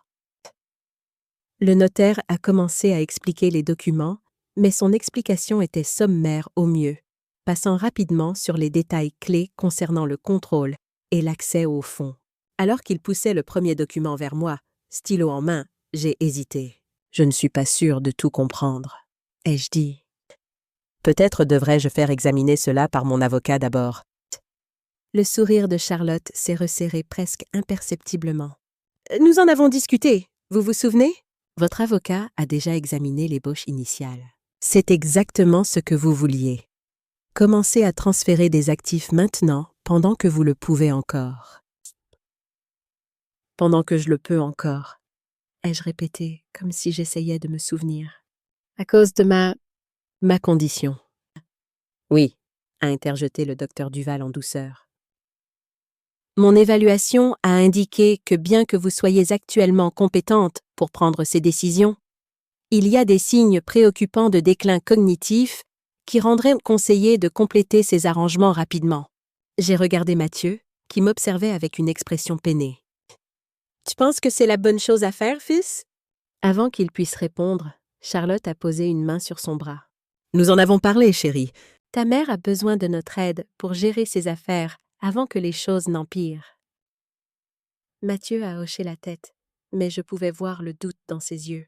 « Si c'est ce que tu veux, maman, nous soutenons ta décision. »« C'est ce que je veux, » ai-je dit en prenant le stylo. « M'assurer que tout est bien pris en charge. » J'ai fait une pause avec le stylo planant au-dessus de la ligne de signature, levant les yeux vers le visage plein d'attente de Charlotte. « Juste une chose avant que je signe, » ai-je dit. J'aimerais comprendre exactement comment ce trust sera géré, moi. Qui aura accès au fonds? Le sourire de Charlotte n'a pas vacillé. Mathieu, bien sûr, en tant que bénéficiaire principal, et je l'aiderai en tant que co-administratrice, juste pour gérer les décisions quotidiennes quand c'est nécessaire. Alors vous auriez un accès direct au compte? Seulement pour votre bénéfice, Madame Beaumont. Pour aider avec les factures, les dépenses médicales, tout ce dont vous avez besoin. J'ai hoché la tête lentement, puis j'ai posé le stylo. Et quand exactement avez-vous changé votre nom de Charlotte Mercier à Charlotte Martin? Le sourire s'est figé sur son visage. Ou peut-être devrais-je demander à propos de David Marchand, Michel Cortez, Jonathan Martin. Ils se souviennent tous très bien de vous, bien que sous différents noms. Mathieu s'est tourné vers Charlotte, la confusion écrite sur son visage. De quoi parle-t-elle? Avant que Charlotte ne puisse répondre, je me suis levée. Je pense qu'il est temps de mettre fin à cette mascarade, n'est-ce pas? La sonnette a retenti pile au bon moment. Marc a ouvert pour faire entrer l'inspectrice Chen et 2 autres agents de la brigade financière. « Qu'est-ce qui se passe ?» a exigé Charlotte, sa voix montant. « Mathieu, ta mère est clairement confuse. » C'est exactement pourquoi nous devons faire signer ces documents. « Madame Charlotte Martin-Beaumont » a interrompu l'inspectrice Chen en montrant son badge. « Je suis l'inspectrice principale Sarah Chen de la brigade financière. Nous avons quelques questions concernant votre implication dans une série d'affaires de fraude financière à travers plusieurs régions. Le visage de Charlotte s'est vidé de sa couleur. C'est ridicule. Je ne sais pas de quoi vous parlez. Peut-être que le docteur Duval ou maître Perrin pourraient clarifier, a suggéré l'inspectrice Chen en se tournant vers le médecin et le notaire maintenant paniqués. Nous avons des preuves vous liant tous deux à un schéma d'évaluation de compétences frauduleuses et de transfert d'actifs impropres. Maman? Mathieu m'a regardé, la stupéfaction et la trahison dans ses yeux. Qu'est-ce que tu as fait? Je t'ai protégé, ai-je dit simplement. De la même façon que je te protège depuis toute ta vie. Tandis que les agents de la brigade financière séparaient Charlotte, le docteur Duval et le notaire pour les interroger, j'ai pris le bras de Mathieu et l'ai conduit à la cuisine, loin du chaos dans le salon. Je ne suis pas cognitivement diminué, Mathieu. Je ne l'ai jamais été. C'était une opération piège pour attraper ta femme et ses complices en flagrant délit de tentative de me frauder. Mathieu s'est effondré sur une chaise, le visage livide. Depuis combien de temps tu prépares ça? Depuis que j'ai confirmé ce que je soupçonnais à propos de Charlotte. Elle a déjà fait ça avant, Mathieu. Plusieurs fois. Elle cible des individus fortunés, les isole de leur réseau de soutien, puis les manipule pour qu'ils transfèrent leurs actifs. Parfois directement, parfois, comme dans ton cas, à travers des membres de la famille qu'elle peut contrôler.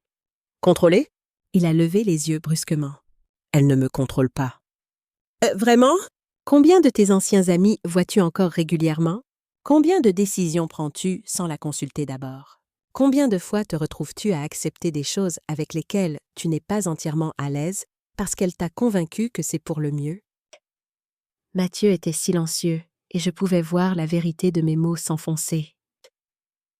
La brigade financière construit ce dossier depuis des semaines, ai-je continué doucement. Ils ont des preuves liant Charlotte à au moins 3 autres victimes. Si. Ils ont des enregistrements d'elle conspirant avec le docteur Duval pour falsifier des évaluations médicales. Et ils ont des registres financiers montrant un schéma de fraude remontant à près d'une décennie. « Oh, pourquoi tu ne m'as pas dit ?» a-t-il demandé, sa voix à peine au-dessus d'un murmure. « Ah, pourquoi passer par toute cette tromperie? M'aurais-tu cru? Ou est-ce que Charlotte t'aurait convaincu que j'étais une mère jalouse et contrôlante essayant de miner ton mariage? » Mathieu n'a pas répondu, ce qui était une réponse en soi. En plus, ai-je ajouté, la brigade financière avait besoin de preuves propres, non contaminées par une connaissance préalable. Si tu avais su pour l'enquête, ton comportement aurait pu alerter Charlotte. Du salon, nous avons entendu des voix élevées. Charlotte protestait de son innocence, tandis que l'inspectrice Chen lui lisait ses droits. Elle a dit qu'elle était enceinte, a dit Mathieu soudainement, levant les yeux vers moi avec des yeux dévastés. Elle me l'a dit la semaine dernière. Nous allons avoir un bébé. Ah, mon cœur s'est serré. C'était la seule complication que je n'avais pas anticipée. Mathieu? Mais avant que je puisse répondre, l'inspectrice Chen est apparue dans l'encadrement de la porte. Madame Beaumont, nous aurons besoin de déclarations formelles de vous et de votre fils. Et Monsieur Beaumont, j'ai peur d'avoir des nouvelles difficiles. Nous avons confirmé par les dossiers médicaux que votre femme n'est pas enceinte. Le test qu'elle vous a montré a été acheté en ligne, une tactique courante dans ce genre d'affaires pour renforcer les liens émotionnels et compliquer d'éventuelles procédures judiciaires. Le visage de Mathieu s'est effondré. Et à ce moment-là, il ressemblait au petit garçon dont je me souvenais. Celui qui pleurait quand je devais partir travailler. Celui qui s'accrochait à ma main si fort quand je le bordais le soir. Tout, a-t-il murmuré. Tout était un mensonge. J'ai enveloppé mon fils dans mes bras pour la première fois depuis des années, et il ne s'est pas écarté. Les 24 heures suivantes sont passées dans un flou d'interrogatoire de la brigade financière, de consultation d'avocats et d'épuisement émotionnel. Mathieu est resté dans mon appartement, incapable de supporter de retourner dans l'appartement de luxe qu'il avait partagé avec Charlotte. Il a passé la plupart de ce temps dans un silence choqué, émergeant occasionnellement pour poser une question qui révélait à quel point il avait été complètement trompé. Elle m'a dit que ses parents étaient morts dans un accident de voiture il y a 5 ans, a-t-il dit alors que nous étions assis ensemble dans mon salon ce soir-là. Qu'elle n'avait plus de famille. Ses parents sont vivants et en bonne santé, vivant dans une banlieue de Lyon, ai-je répondu doucement. Ils ont coupé contact avec elle après qu'elle les a volés à répétition. Et son travail? Elle a dit qu'elle était consultante en marketing freelance. Elle n'a pas eu d'emploi régulier depuis 5 ans. Ses revenus venaient d'hommes comme toi, des hommes qu'elle ciblait et manipulait. Mathieu a secoué la tête, luttant encore pour réconcilier la femme qu'il pensait avoir épousée avec la réalité de qui Charlotte était vraiment. Je pensais qu'elle me comprenait. Elle savait exactement ce que je ressentais à propos de grandir sans toi vraiment présente. Elle en parlait d'une façon qui me faisait sentir que quelqu'un comprenait enfin. C'est comme ça que les prédateurs comme Charlotte opèrent, ai-je expliqué. Ils étudient leurs cibles, identifient les vulnérabilités, puis se positionnent comme la solution parfaite à n'importe quelle douleur que tu portes. Alors même ça a été calculé, a dit Mathieu, la voix brisée. La façon dont elle me réconfortait quand je parlais de me sentir abandonnée enfant, la façon dont elle me défendait chaque fois que le sujet de mon enfance revenait, y compris son attaque publique contre moi à ton mariage. Ce n'était pas une rage spontanée en ta faveur, c'était un mouvement calculé pour t'isoler davantage de moi, pour cimenter sa position de ta protectrice contre la mère qui t'avait fait défaut. Mathieu était silencieux pendant un long moment. J'ai été un tel idiot. Non, ai-je dit fermement. Tu as été ciblé par quelqu'un qui a fait carrière à manipuler les gens. L'intelligence, l'éducation, le succès, rien de tout cela ne te rend immunisé contre la manipulation émotionnelle. Certaines des personnes les plus intelligentes et les plus accomplies au monde sont tombées dans des pièges similaires. Mais je l'ai introduite dans notre famille. Je l'ai laissée s'approcher de toi, de ton argent. Tu es tombé amoureux d'une illusion soigneusement fabriquée, ai-je interrompu. Ce n'est pas ta faute. L'inspectrice Chen a dit que Charlotte pourrait plaider coupable pour éviter un procès complet, a dit Mathieu en changeant de sujet. Elle pense que Charlotte va essayer de négocier, fournir des preuves contre le docteur Duval et d'autres impliqués dans des stratagèmes similaires. Ce serait le jeu intelligent, ai-je acquiescé. Elle fait face à de sérieuses accusations fédérales. Fraude, conspiration, escroquerie en bande organisée pour les transferts électroniques qu'elle a tentés, sans parler des charges régionales pour vol d'identité et exercice illégal de la médecine. Exercice illégal de la médecine? Nayana. Elle donnait apparemment des conseils médicaux aux autres victimes du docteur Duval, se faisant passer pour une infirmière praticienne, pour aider à les convaincre qu'ils avaient besoin de certains médicaments, des médicaments qui les rendaient plus dociles et confus. Mathieu a frissonné. Est-ce qu'elle en avait d'autres pendant qu'elle était avec moi?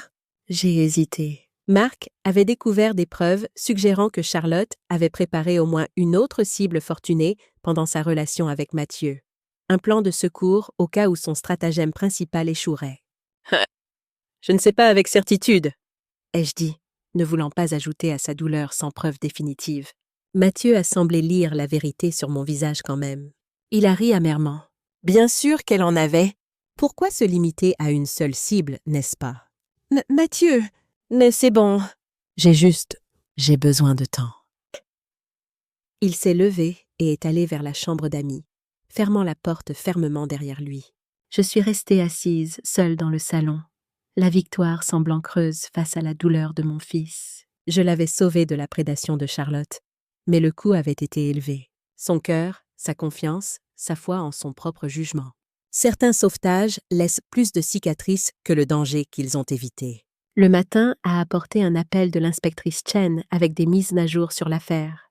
Charlotte parle, m'a-t-elle informé. Elle a offert de témoigner contre le docteur Duval et Jacques Perrin, ainsi que plusieurs autres co-conspirateurs dont nous n'étions même pas au courant. Elle essaie de minimiser son propre rôle, bien sûr, se dépeignant comme une participante réticente plutôt que le cerveau de l'opération. Est-ce que ça va marcher? Ai-je demandé. Peu probable. Nous avons trop de preuves qu'elle a orchestré ces stratagèmes remontant à des années avant qu'elle ne rencontre aucun de ses complices connus. Mais sa coopération aidera à construire des dossiers plus solides contre les autres. Et Mathieu? Devra-t-il témoigner? Possiblement, bien que nous essaierons de minimiser son implication. Les preuves que nous avons rassemblées pendant l'opération piège sont assez complètes. Votre surveillance et votre coopération nous ont donné un dossier très solide. Après avoir raccroché, j'ai trouvé Mathieu dans la cuisine en train de faire du café. Il avait l'air de ne pas avoir dormi. La brigade financière dit que Charlotte coopère, lui ai-je dit. Elle essaie de réduire sa peine en témoignant contre les autres. Mathieu a hoché la tête d'un air hébété. Qu'est-ce qui se passe maintenant? Avec l'annulation, tu veux dire? Ton avocat pense que ça devrait être simple. Mariage sous faux prétexte. Preuve claire de fraude antérieures au mariage. Le fait que Charlotte sera probablement condamnée pour des crimes connexes rend les choses encore plus simples. Et la presse? Ça va faire les gros titres, non? Le fils d'une milliardaire dupée par une arnaqueuse? J'ai soupiré. J'ai demandé à Marc de travailler avec une équipe de gestion de crise. Ils ne peuvent pas arrêter l'histoire, mais ils peuvent aider à façonner le récit. Se concentrer sur le schéma de Charlotte de victimiser les autres, la conspiration criminelle plus large. Te positionner comme une victime parmi d'autres. Sauf que je suis la seule victime assez stupide pour l'épouser, a dit Mathieu amèrement. Mathieu, arrête. L'autoflagellation ne t'aidera pas à guérir. Il a claqué sa tasse de café, éclaboussant du liquide chaud sur le comptoir. Tu ne comprends pas, maman? Ce n'est pas juste à propos de Charlotte. C'est aussi à propos de toi. Tu m'as menti toute ma vie. Tu as construit un empire financier en me laissant croire qu'on tirait le diable par la queue. Tu as manqué mon enfance parce que tu travaillais. Mais il s'avère que tu aurais pu embaucher une armée de nounous et d'assistants. Tu aurais pu être là? L'accusation a touché juste parce qu'elle contenait une vérité. J'avais fait des choix que je croyais être pour sa protection et son bénéfice, mais des choix qui l'avaient blessé néanmoins. Tu as raison, ai-je dit doucement. Je t'ai caché la vérité. Je pensais te protéger des dangers de grandir avec une richesse extrême, le sentiment de tout mériter, les amis des beaux jours, la question constante de savoir si les gens t'aimaient pour toi-même ou pour ton argent. Alors à la place, j'ai grandi en me sentant abandonnée et non désirée, a dit Mathieu. Super comme échange. J'ai eu tort, ai-je admis, pas sur les dangers de la richesse.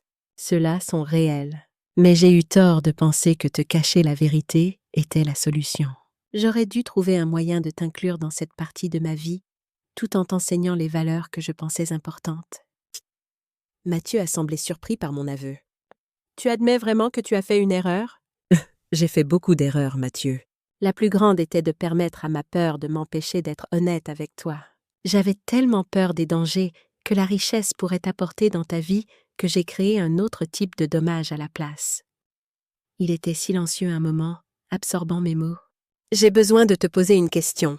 Et j'ai besoin de la vérité. La vérité complète. N'importe quoi. Pourquoi travaillais-tu vraiment autant? C'était juste pour l'argent?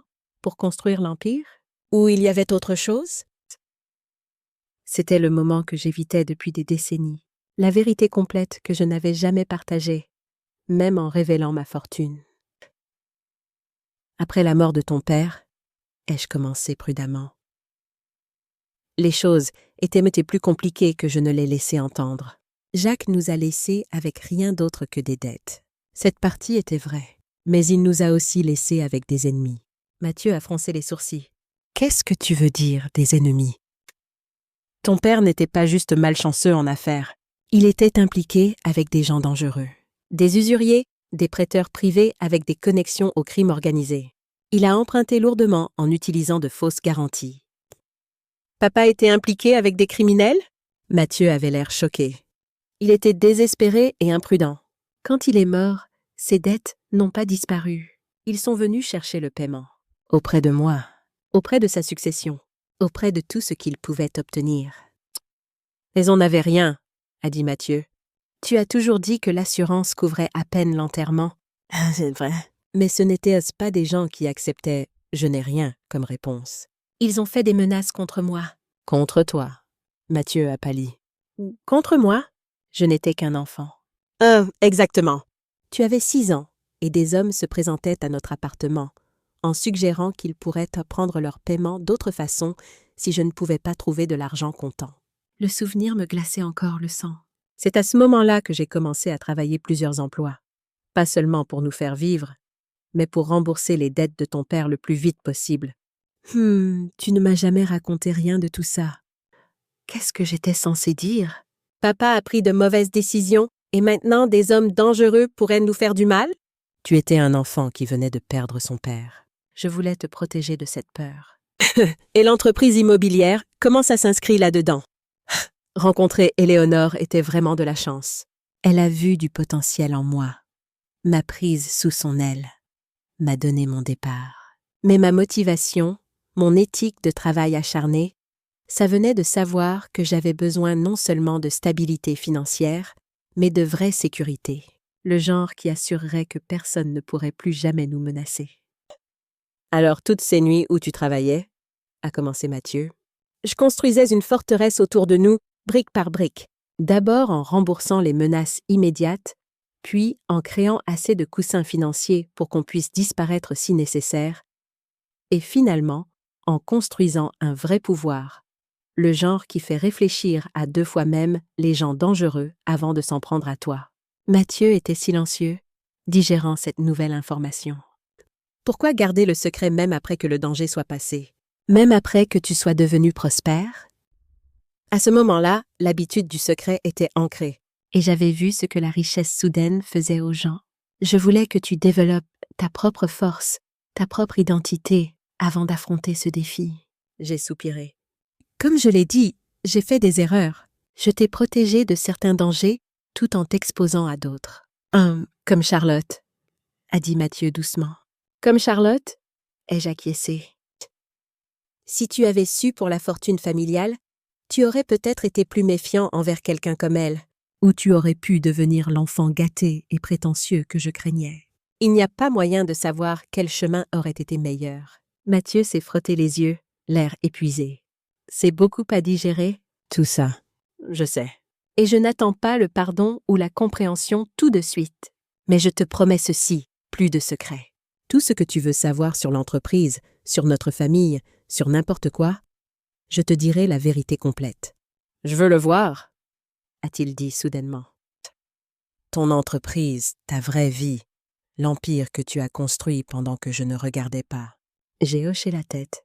Quand tu seras prêt? Demain, a décidé Mathieu. 10. J'ai besoin de voir ce qui était si important que ça a éloigné ma mère de moi pendant toutes ces années. Le lendemain matin, j'ai emmené Mathieu au vrai cœur de Beaumont Holdings. Pas le modeste bureau satellite où il avait travaillé, mais le siège principal dans le quartier des affaires. L'ascenseur exécutif nécessitait un badge spécial, nous transportant directement au dernier étage où se trouvait mon vrai bureau. Les yeux de Mathieu se sont agrandis quand nous sommes entrés dans le vaste bureau d'angle, avec ses vues panoramiques sur la ville. L'espace était élégant, mais pas ostentatoire. De l'art raffiné au mur, des meubles sur mesure, mais rien de tape à l'œil ou d'excessif. « Tu as travaillé ici tout ce temps ?» a-t-il demandé en contemplant la vue. « Pendant les 15 dernières années ?» ai-je confirmé. Avant ça, nous étions dans un immeuble plus petit au centre-ville. Mon assistante exécutive, Angèle, qui était avec moi depuis plus d'une décennie, nous a accueillis chaleureusement. « Monsieur Beaumont, c'est merveilleux de vous rencontrer enfin en personne. Votre mère parle souvent de vous. » Mathieu avait l'air surpris, puis s'est tourné vers moi. « Elle sait qui je suis? » « Une poignée de personnes clés connaissent notre relation, » ai-je expliqué. Des gens en qui j'ai entièrement confiance et qui comprennent le besoin de discrétion. J'ai fait visiter l'étage exécutif à Mathieu, le présentant à l'équipe de direction, dont beaucoup savaient pour lui depuis des années, mais avaient respecté ma vie privée. Ils l'ont accueilli avec une chaleur et une familiarité qui l'ont clairement surpris. « Madame Jackson dit que tu lui as montré des photos de ma remise de diplôme, » a dit Mathieu alors que nous quittions le bureau de la directrice financière. « J'ai toujours été fière de toi, » ai-je dit simplement. Même si je ne pouvais pas toujours le montrer publiquement, dans la salle du conseil, je lui ai montré l'échelle de Beaumont Holdings. Les organigrammes, la portée mondiale, le portefeuille diversifié de propriétés et d'investissements. « C'est incroyable !» a dit Mathieu en examinant un affichage montrant nos projets en cours. « Tu as construit tout ça? » Avec beaucoup d'aide de gens talentueux, ai-je reconnu. Mais oui, ça a grandi à partir de cette petite société qu'Éléonore m'a vendue il y a toutes ces années. Et c'est ce que tu faisais pendant que je pensais que tu travaillais des quarts de nuit à nettoyer des bureaux? La question contenait moins d'accusations qu'avant, mais la blessure était encore là. Au début, je nettoyais vraiment des bureaux, lui ai-je rappelé. Cette partie n'était pas un mensonge. Mais à mesure que l'entreprise a grandi, oui, beaucoup de ces soirées tardives se passaient ici à conclure des affaires, résoudre des problèmes, construire cette société. Pourquoi me garder séparé de tout ça? Pourquoi ne pas m'intégrer, me montrer ce que tu créais? Je voulais que tu trouves ton propre chemin, ai-je expliqué. Que tu développes des compétences et une confiance qui ne dépendaient pas d'être le fils de la patronne. Et sincèrement, j'avais peur. Peur de quoi? Que tu rejettes ce monde, ou pire, que tu l'embrasses trop complètement. Que tu te définisses par la richesse plutôt que par le caractère. J'ai vu ce qui arrive aux enfants qui grandissent avec un privilège extrême. Le sentiment de tout mériter, le vide, le manque de but. Mathieu était silencieux un moment. Alors à la place, tu m'as laissé grandir en ayant l'impression de ne pas être assez important pour que tu me consacres du temps. Les mots ont fait mal, mais ils n'étaient pas faux. J'ai fait le mauvais choix, Mathieu. Je le vois maintenant. En essayant de te protéger d'un ensemble de problèmes, j'en ai créé un autre. Est-ce que tu as jamais prévu de me dire la vérité? Oui. Le fonds fiduciaire que j'ai établi pour toi devient accessible à ton 40e anniversaire. J'avais prévu de tout expliquer à ce moment-là, de t'intégrer pleinement dans ce monde une fois que tu aurais établi ta propre identité et ta propre carrière. 5 ans de plus? A dit Mathieu pensivement. 5 ans de plus à vivre un mensonge. Une erreur que je regrette profondément, ai-je admis. Surtout maintenant que je vois comment mon secret t'a rendu vulnérable à quelqu'un comme Charlotte. Après la visite, nous avons déjeuné dans ma salle à manger privée, où Mathieu a continué à digérer tout ce qu'il avait appris. Je ne comprends toujours pas pourquoi tu vis dans ce petit appartement, a-t-il dit. Tu pourrais avoir n'importe quelle maison que tu veux. Cet appartement a été mon refuge, ai-je expliqué. Un endroit où je pouvais juste être Fiona, pas la PDG, pas la milliardaire, pas la cible de gens qui veulent quelque chose de moi. C'est le seul endroit où je pouvais être sûre que les gens me voyaient, moi, pas mon argent. Mais tu m'as laissé croire qu'on ne pouvait pas se permettre mieux. Tu m'as laissé avoir honte quand des amis venaient. Et c'était mal, ai-je reconnu. J'aurais dû trouver un meilleur équilibre. Une maison confortable qui ne criait pas la richesse, mais qui ne te faisait pas te sentir inadéquat non plus. Mathieu a picoré dans sa nourriture, luttant encore avec les révélations. Toutes ces fois où je t'en voulais de travailler au lieu de venir à mes matchs ou mes événements scolaires, dis-moi, j'ai manqué trop de choses, ai-je dit.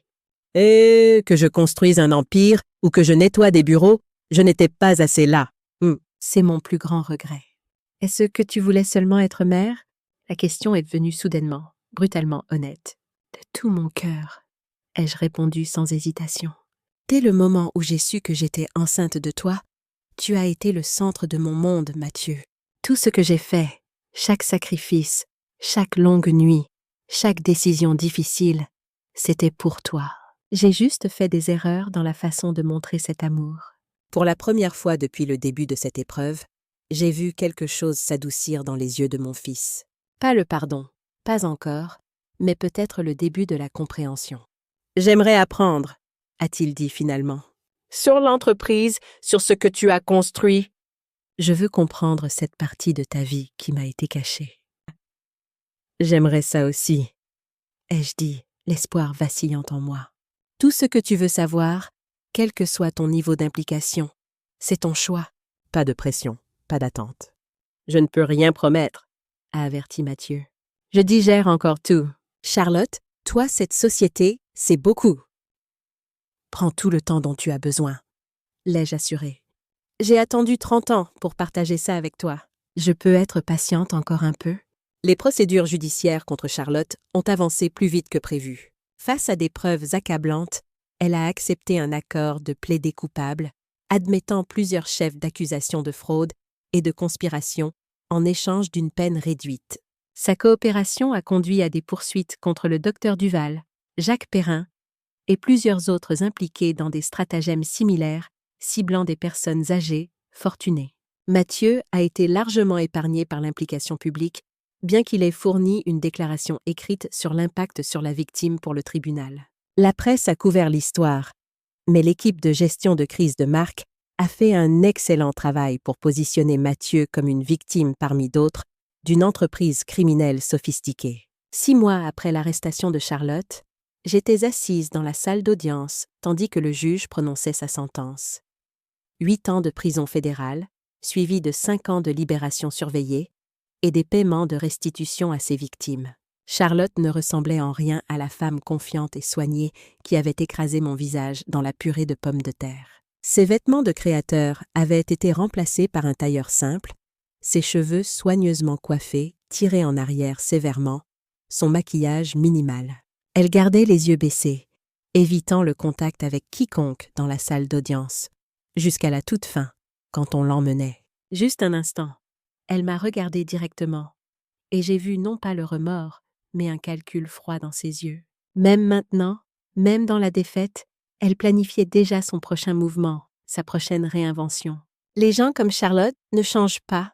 Ils adaptent simplement leur tactique prédatrice à de nouvelles circonstances. Mathieu n'avait pas assisté au prononcé de la sentence. « Je n'ai pas besoin de la revoir », avait-il dit quand je lui avais demandé s'il voulait venir. « J'essaye d'avancer. » Avancer avait été un processus complexe pour nous deux. Mathieu avait demandé une annulation plutôt qu'un divorce, effaçant légalement le mariage qui n'avait jamais été basé sur la vérité. Il avait quitté l'appartement de luxe qu'il avait partagé avec Charlotte et s'était installé dans un appartement modeste mais confortable dans une autre partie de la ville. Et surtout, il avait commencé à travailler avec moi à Beaumont Holdings, pas dans son ancien rôle à la filiale, mais au siège principal, apprenant l'entreprise de fond en comble. C'était son choix, une façon de comprendre le monde que je lui avais caché si longtemps. « Je veux voir ce qui valait la peine de manquer mon enfance », avait-il dit quand il avait proposé l'idée pour la première fois, les mots encore hérissés de douleur. Mais avec le temps, alors qu'il s'immergeait dans l'entreprise, j'ai vu sa perspective changer. Nous étions dans mon bureau à examiner les rapports trimestriels 6 mois après la condamnation de Charlotte. Mathieu s'était jeté dans l'apprentissage de l'entreprise avec la même intensité qu'il avait autrefois appliquée à gagner l'approbation de Charlotte. Mais maintenant, cette énergie construisait quelque chose de réel, quelque chose de durable. « Le développement de Bordeaux est en avance sur le calendrier », a-t-il rapporté en feuilletant ses notes. « Et l'initiative de logement durable attire des investisseurs plus vite que prévu. »« Bien, » ai-je hoché la tête. « Et le programme de bourse ? Entièrement financé pour la prochaine décennie, nous avons déjà attribué des subventions à plus de 200 étudiants. » Le programme de bourse avait été l'idée de Mathieu, une façon d'aider de jeunes gens prometteurs, issus de milieux défavorisés, à accéder à l'enseignement supérieur sans dette écrasante. C'était la première initiative qu'il avait défendue dans la société, et le regarder y mettre tout son cœur avait été une joie. Je l'ai observé travailler. Ce fils que je pensais avoir perdu ressentait quelque chose que je n'avais pas éprouvé depuis des années. Une paix complète. L'empire que j'avais construit avait toujours été pour pourvoir à l'avenir de Mathieu. Maintenant, il s'agissait de construire cet avenir ensemble. « Mathieu, » ai-je dit, « je veux que tu saches quelque chose. Tout ce que j'ai fait, chaque choix que j'ai fait, même les erreurs, tout ça en valait la peine pour arriver à ce moment. » Il a levé les yeux de ses rapports et a souri. Un sourire sincère qui atteignait ses yeux. « Je sais, maman. Et pour la première fois de ma vie, je comprends vraiment ce que ça signifie. » Le chemin vers la guérison n'avait pas été lisse ni droit. Il y avait eu des revers, des disputes, des moments où d'anciennes blessures se rouvraient et saignaient à nouveau.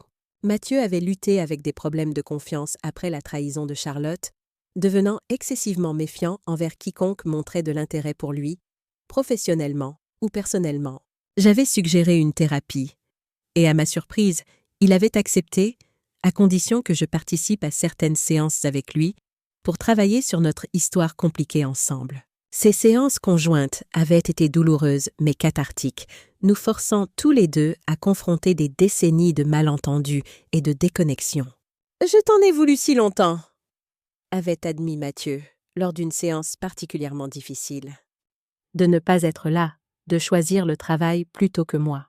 J'imaginais que tu ne te souciais tout simplement pas assez de moi pour me consacrer du temps. Et je pensais que je montrais mon amour en assurant la sécurité, en construisant quelque chose qui te protégerait longtemps après ma disparition. Avais-je répondu. Nous parlions des langages d'amour différents. Lentement, graduellement, nous avions commencé à comprendre les perspectives de l'autre, à construire une nouvelle relation basée sur l'honnêteté plutôt que sur les demi-vérités soigneusement construites qui avaient défini notre passé.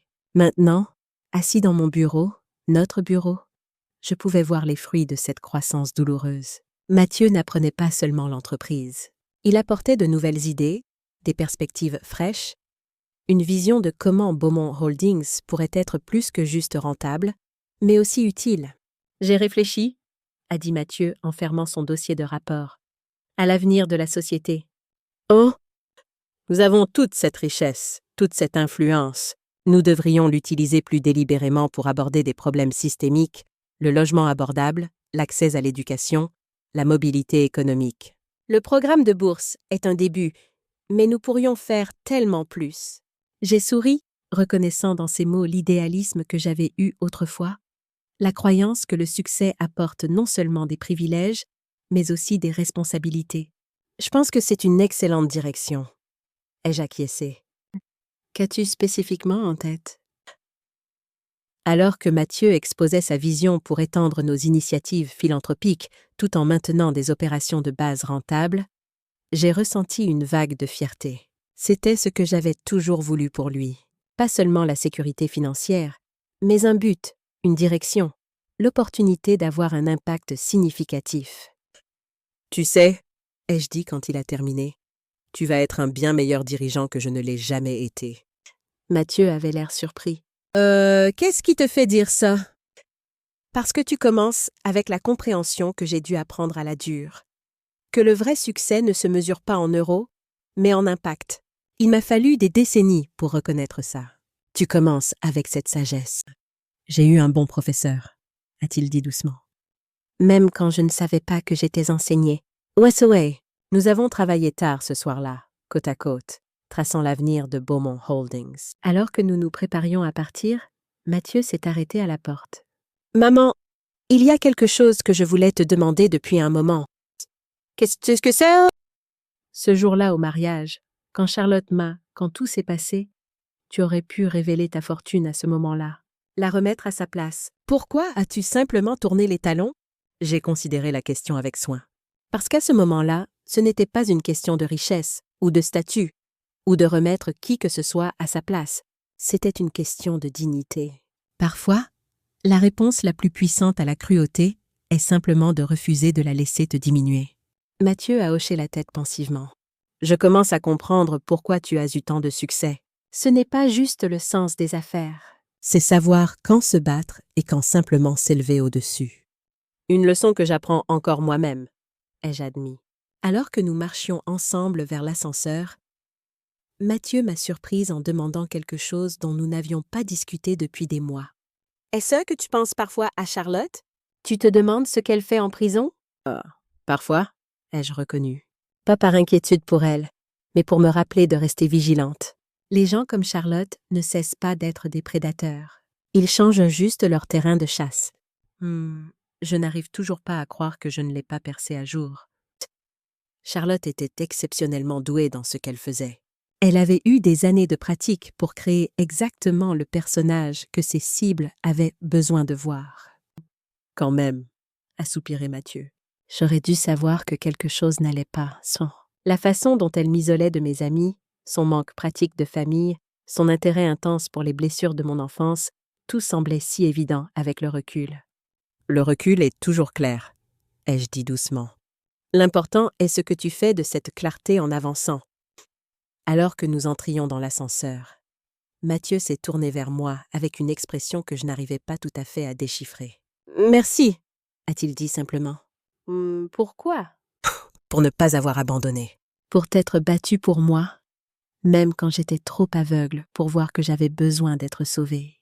J'ai tendu la main vers sa main, et pour la première fois depuis des années, il ne s'est pas écarté. C'est ce que font les mères, ai-je dit. Nous protégeons nos enfants, même quand ils pensent ne pas avoir besoin de protection. Même quand ils nous détestent pour ça. Je ne t'ai jamais détesté, a dit Mathieu doucement. J'étais blessé, confus, en colère. Mais je ne t'ai jamais détesté. Les portes de l'ascenseur se sont ouvertes sur le hall, mais avant que nous ne sortions, j'ai attiré mon fils dans une étreinte. Je t'aime, Mathieu. J'ai fait beaucoup d'erreurs, mais t'aimer n'en a jamais été une. Il m'a serré en retour, fort et sincère. Je t'aime aussi, maman. Alors que nous sortions de l'immeuble ensemble, j'ai réfléchi au long voyage douloureux qui nous avait amenés à ce moment. La trahison de Charlotte, aussi dévastatrice qu'elle ait été, nous avait finalement donné l'opportunité de reconstruire notre relation sur une fondation de vérité plutôt que de mensonges protecteurs. Parfois, les plus grandes tempêtes dans nos vies balaient ce qui est cassé pour faire place à quelque chose de plus fort. Parfois, ce qui ressemble à une fin est vraiment le début douloureux mais nécessaire de quelque chose de meilleur. Et parfois, si on a beaucoup de chance, le méchant dans notre histoire devient le catalyseur qui nous aide à retrouver le chemin vers ce qui compte le plus. Les années qui ont suivi ont apporté des transformations que je n'aurais jamais pu imaginer dans ces sombres jours après le mariage. Mathieu s'est épanoui chez Beaumont Holdings, apportant une énergie et une vision qui ont revitalisé l'entreprise. Son programme de bourse s'est étendu pour devenir une fondation à part entière, aidant des milliers de jeunes défavorisés à accéder à l'éducation.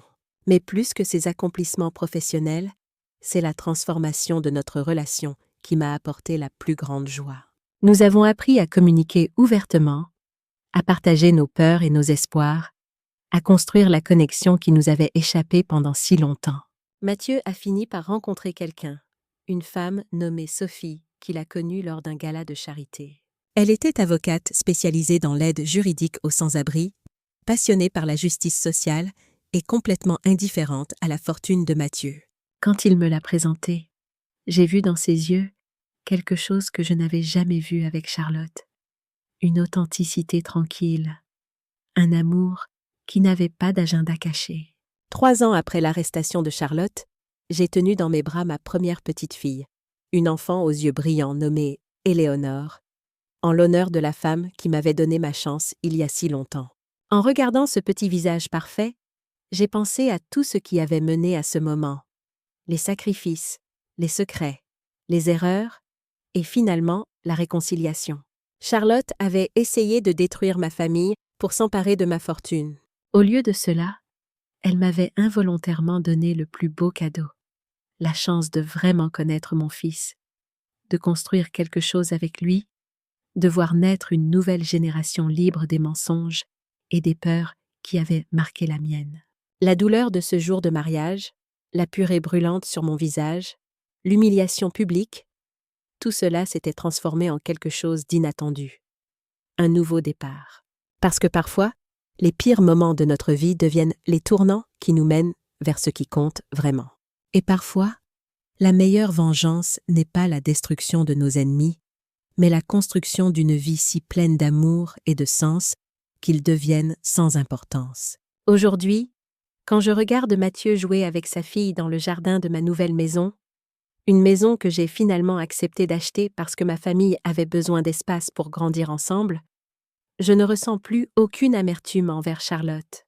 Elle a passé ses années en prison, et quand elle en sortira, elle trouvera un monde où elle n'a plus aucun pouvoir sur nous. Nous avons survécu. Plus que cela, nous avons prospéré. Et c'est la seule victoire qui compte vraiment. 1 an après la naissance d'Éléonore, nous avons organisé une grande fête de famille dans le jardin. Sophie avait invité ses parents, des gens simples et chaleureux, qui m'avaient accepté sans la moindre réserve malgré ma fortune. Mathieu riait avec son beau-père à propos d'un match de rugby, tandis que je berçais ma petite fille endormie dans mes bras. C'était un moment ordinaire, le genre de moment que j'avais manqué tant de fois pendant l'enfance de Mathieu. Mais maintenant, je savais en apprécier chaque seconde. « Tu as l'air heureuse, maman », m'a dit Mathieu en venant s'asseoir à côté de moi. Je le suis, ai-je répondu. Plus heureuse que je ne l'ai jamais été. Ah, tu sais, j'ai longtemps cru que tu ne m'aimais pas vraiment, que ton travail était plus important que moi. Je sais. Et je suis tellement désolée de t'avoir fait ressentir ça. Non, attends. Ce que je veux dire, c'est que maintenant je comprends. Tu m'aimais tellement que tu as sacrifié notre relation pour me protéger. C'était la mauvaise approche, mais les intentions étaient bonnes. J'ai senti les larmes me monter aux yeux. C'est la chose la plus généreuse que tu m'aies jamais dite. C'est la vérité? Et je veux que tu saches que je ne te reproche plus rien. Le passé est le passé.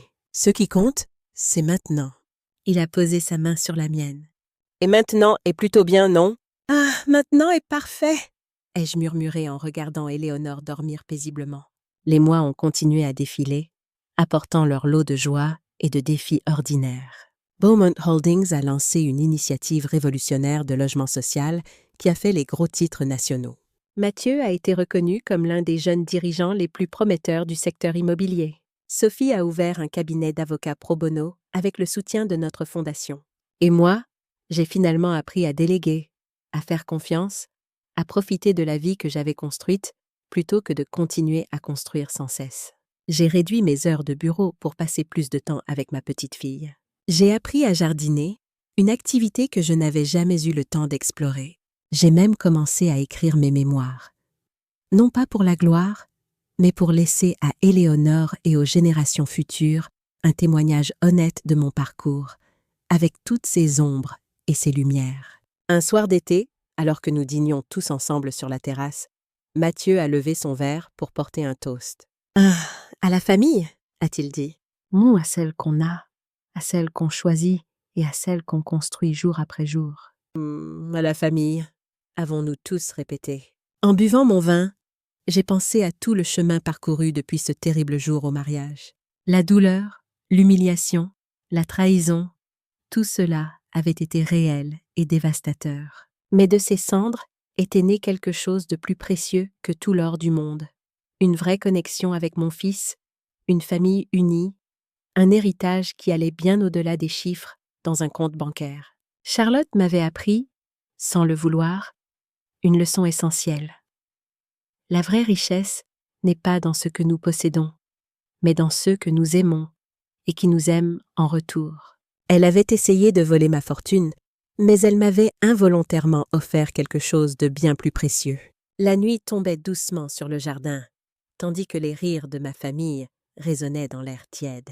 Éléonore s'est réveillée et a tendu ses petits bras vers moi avec un sourire édenté.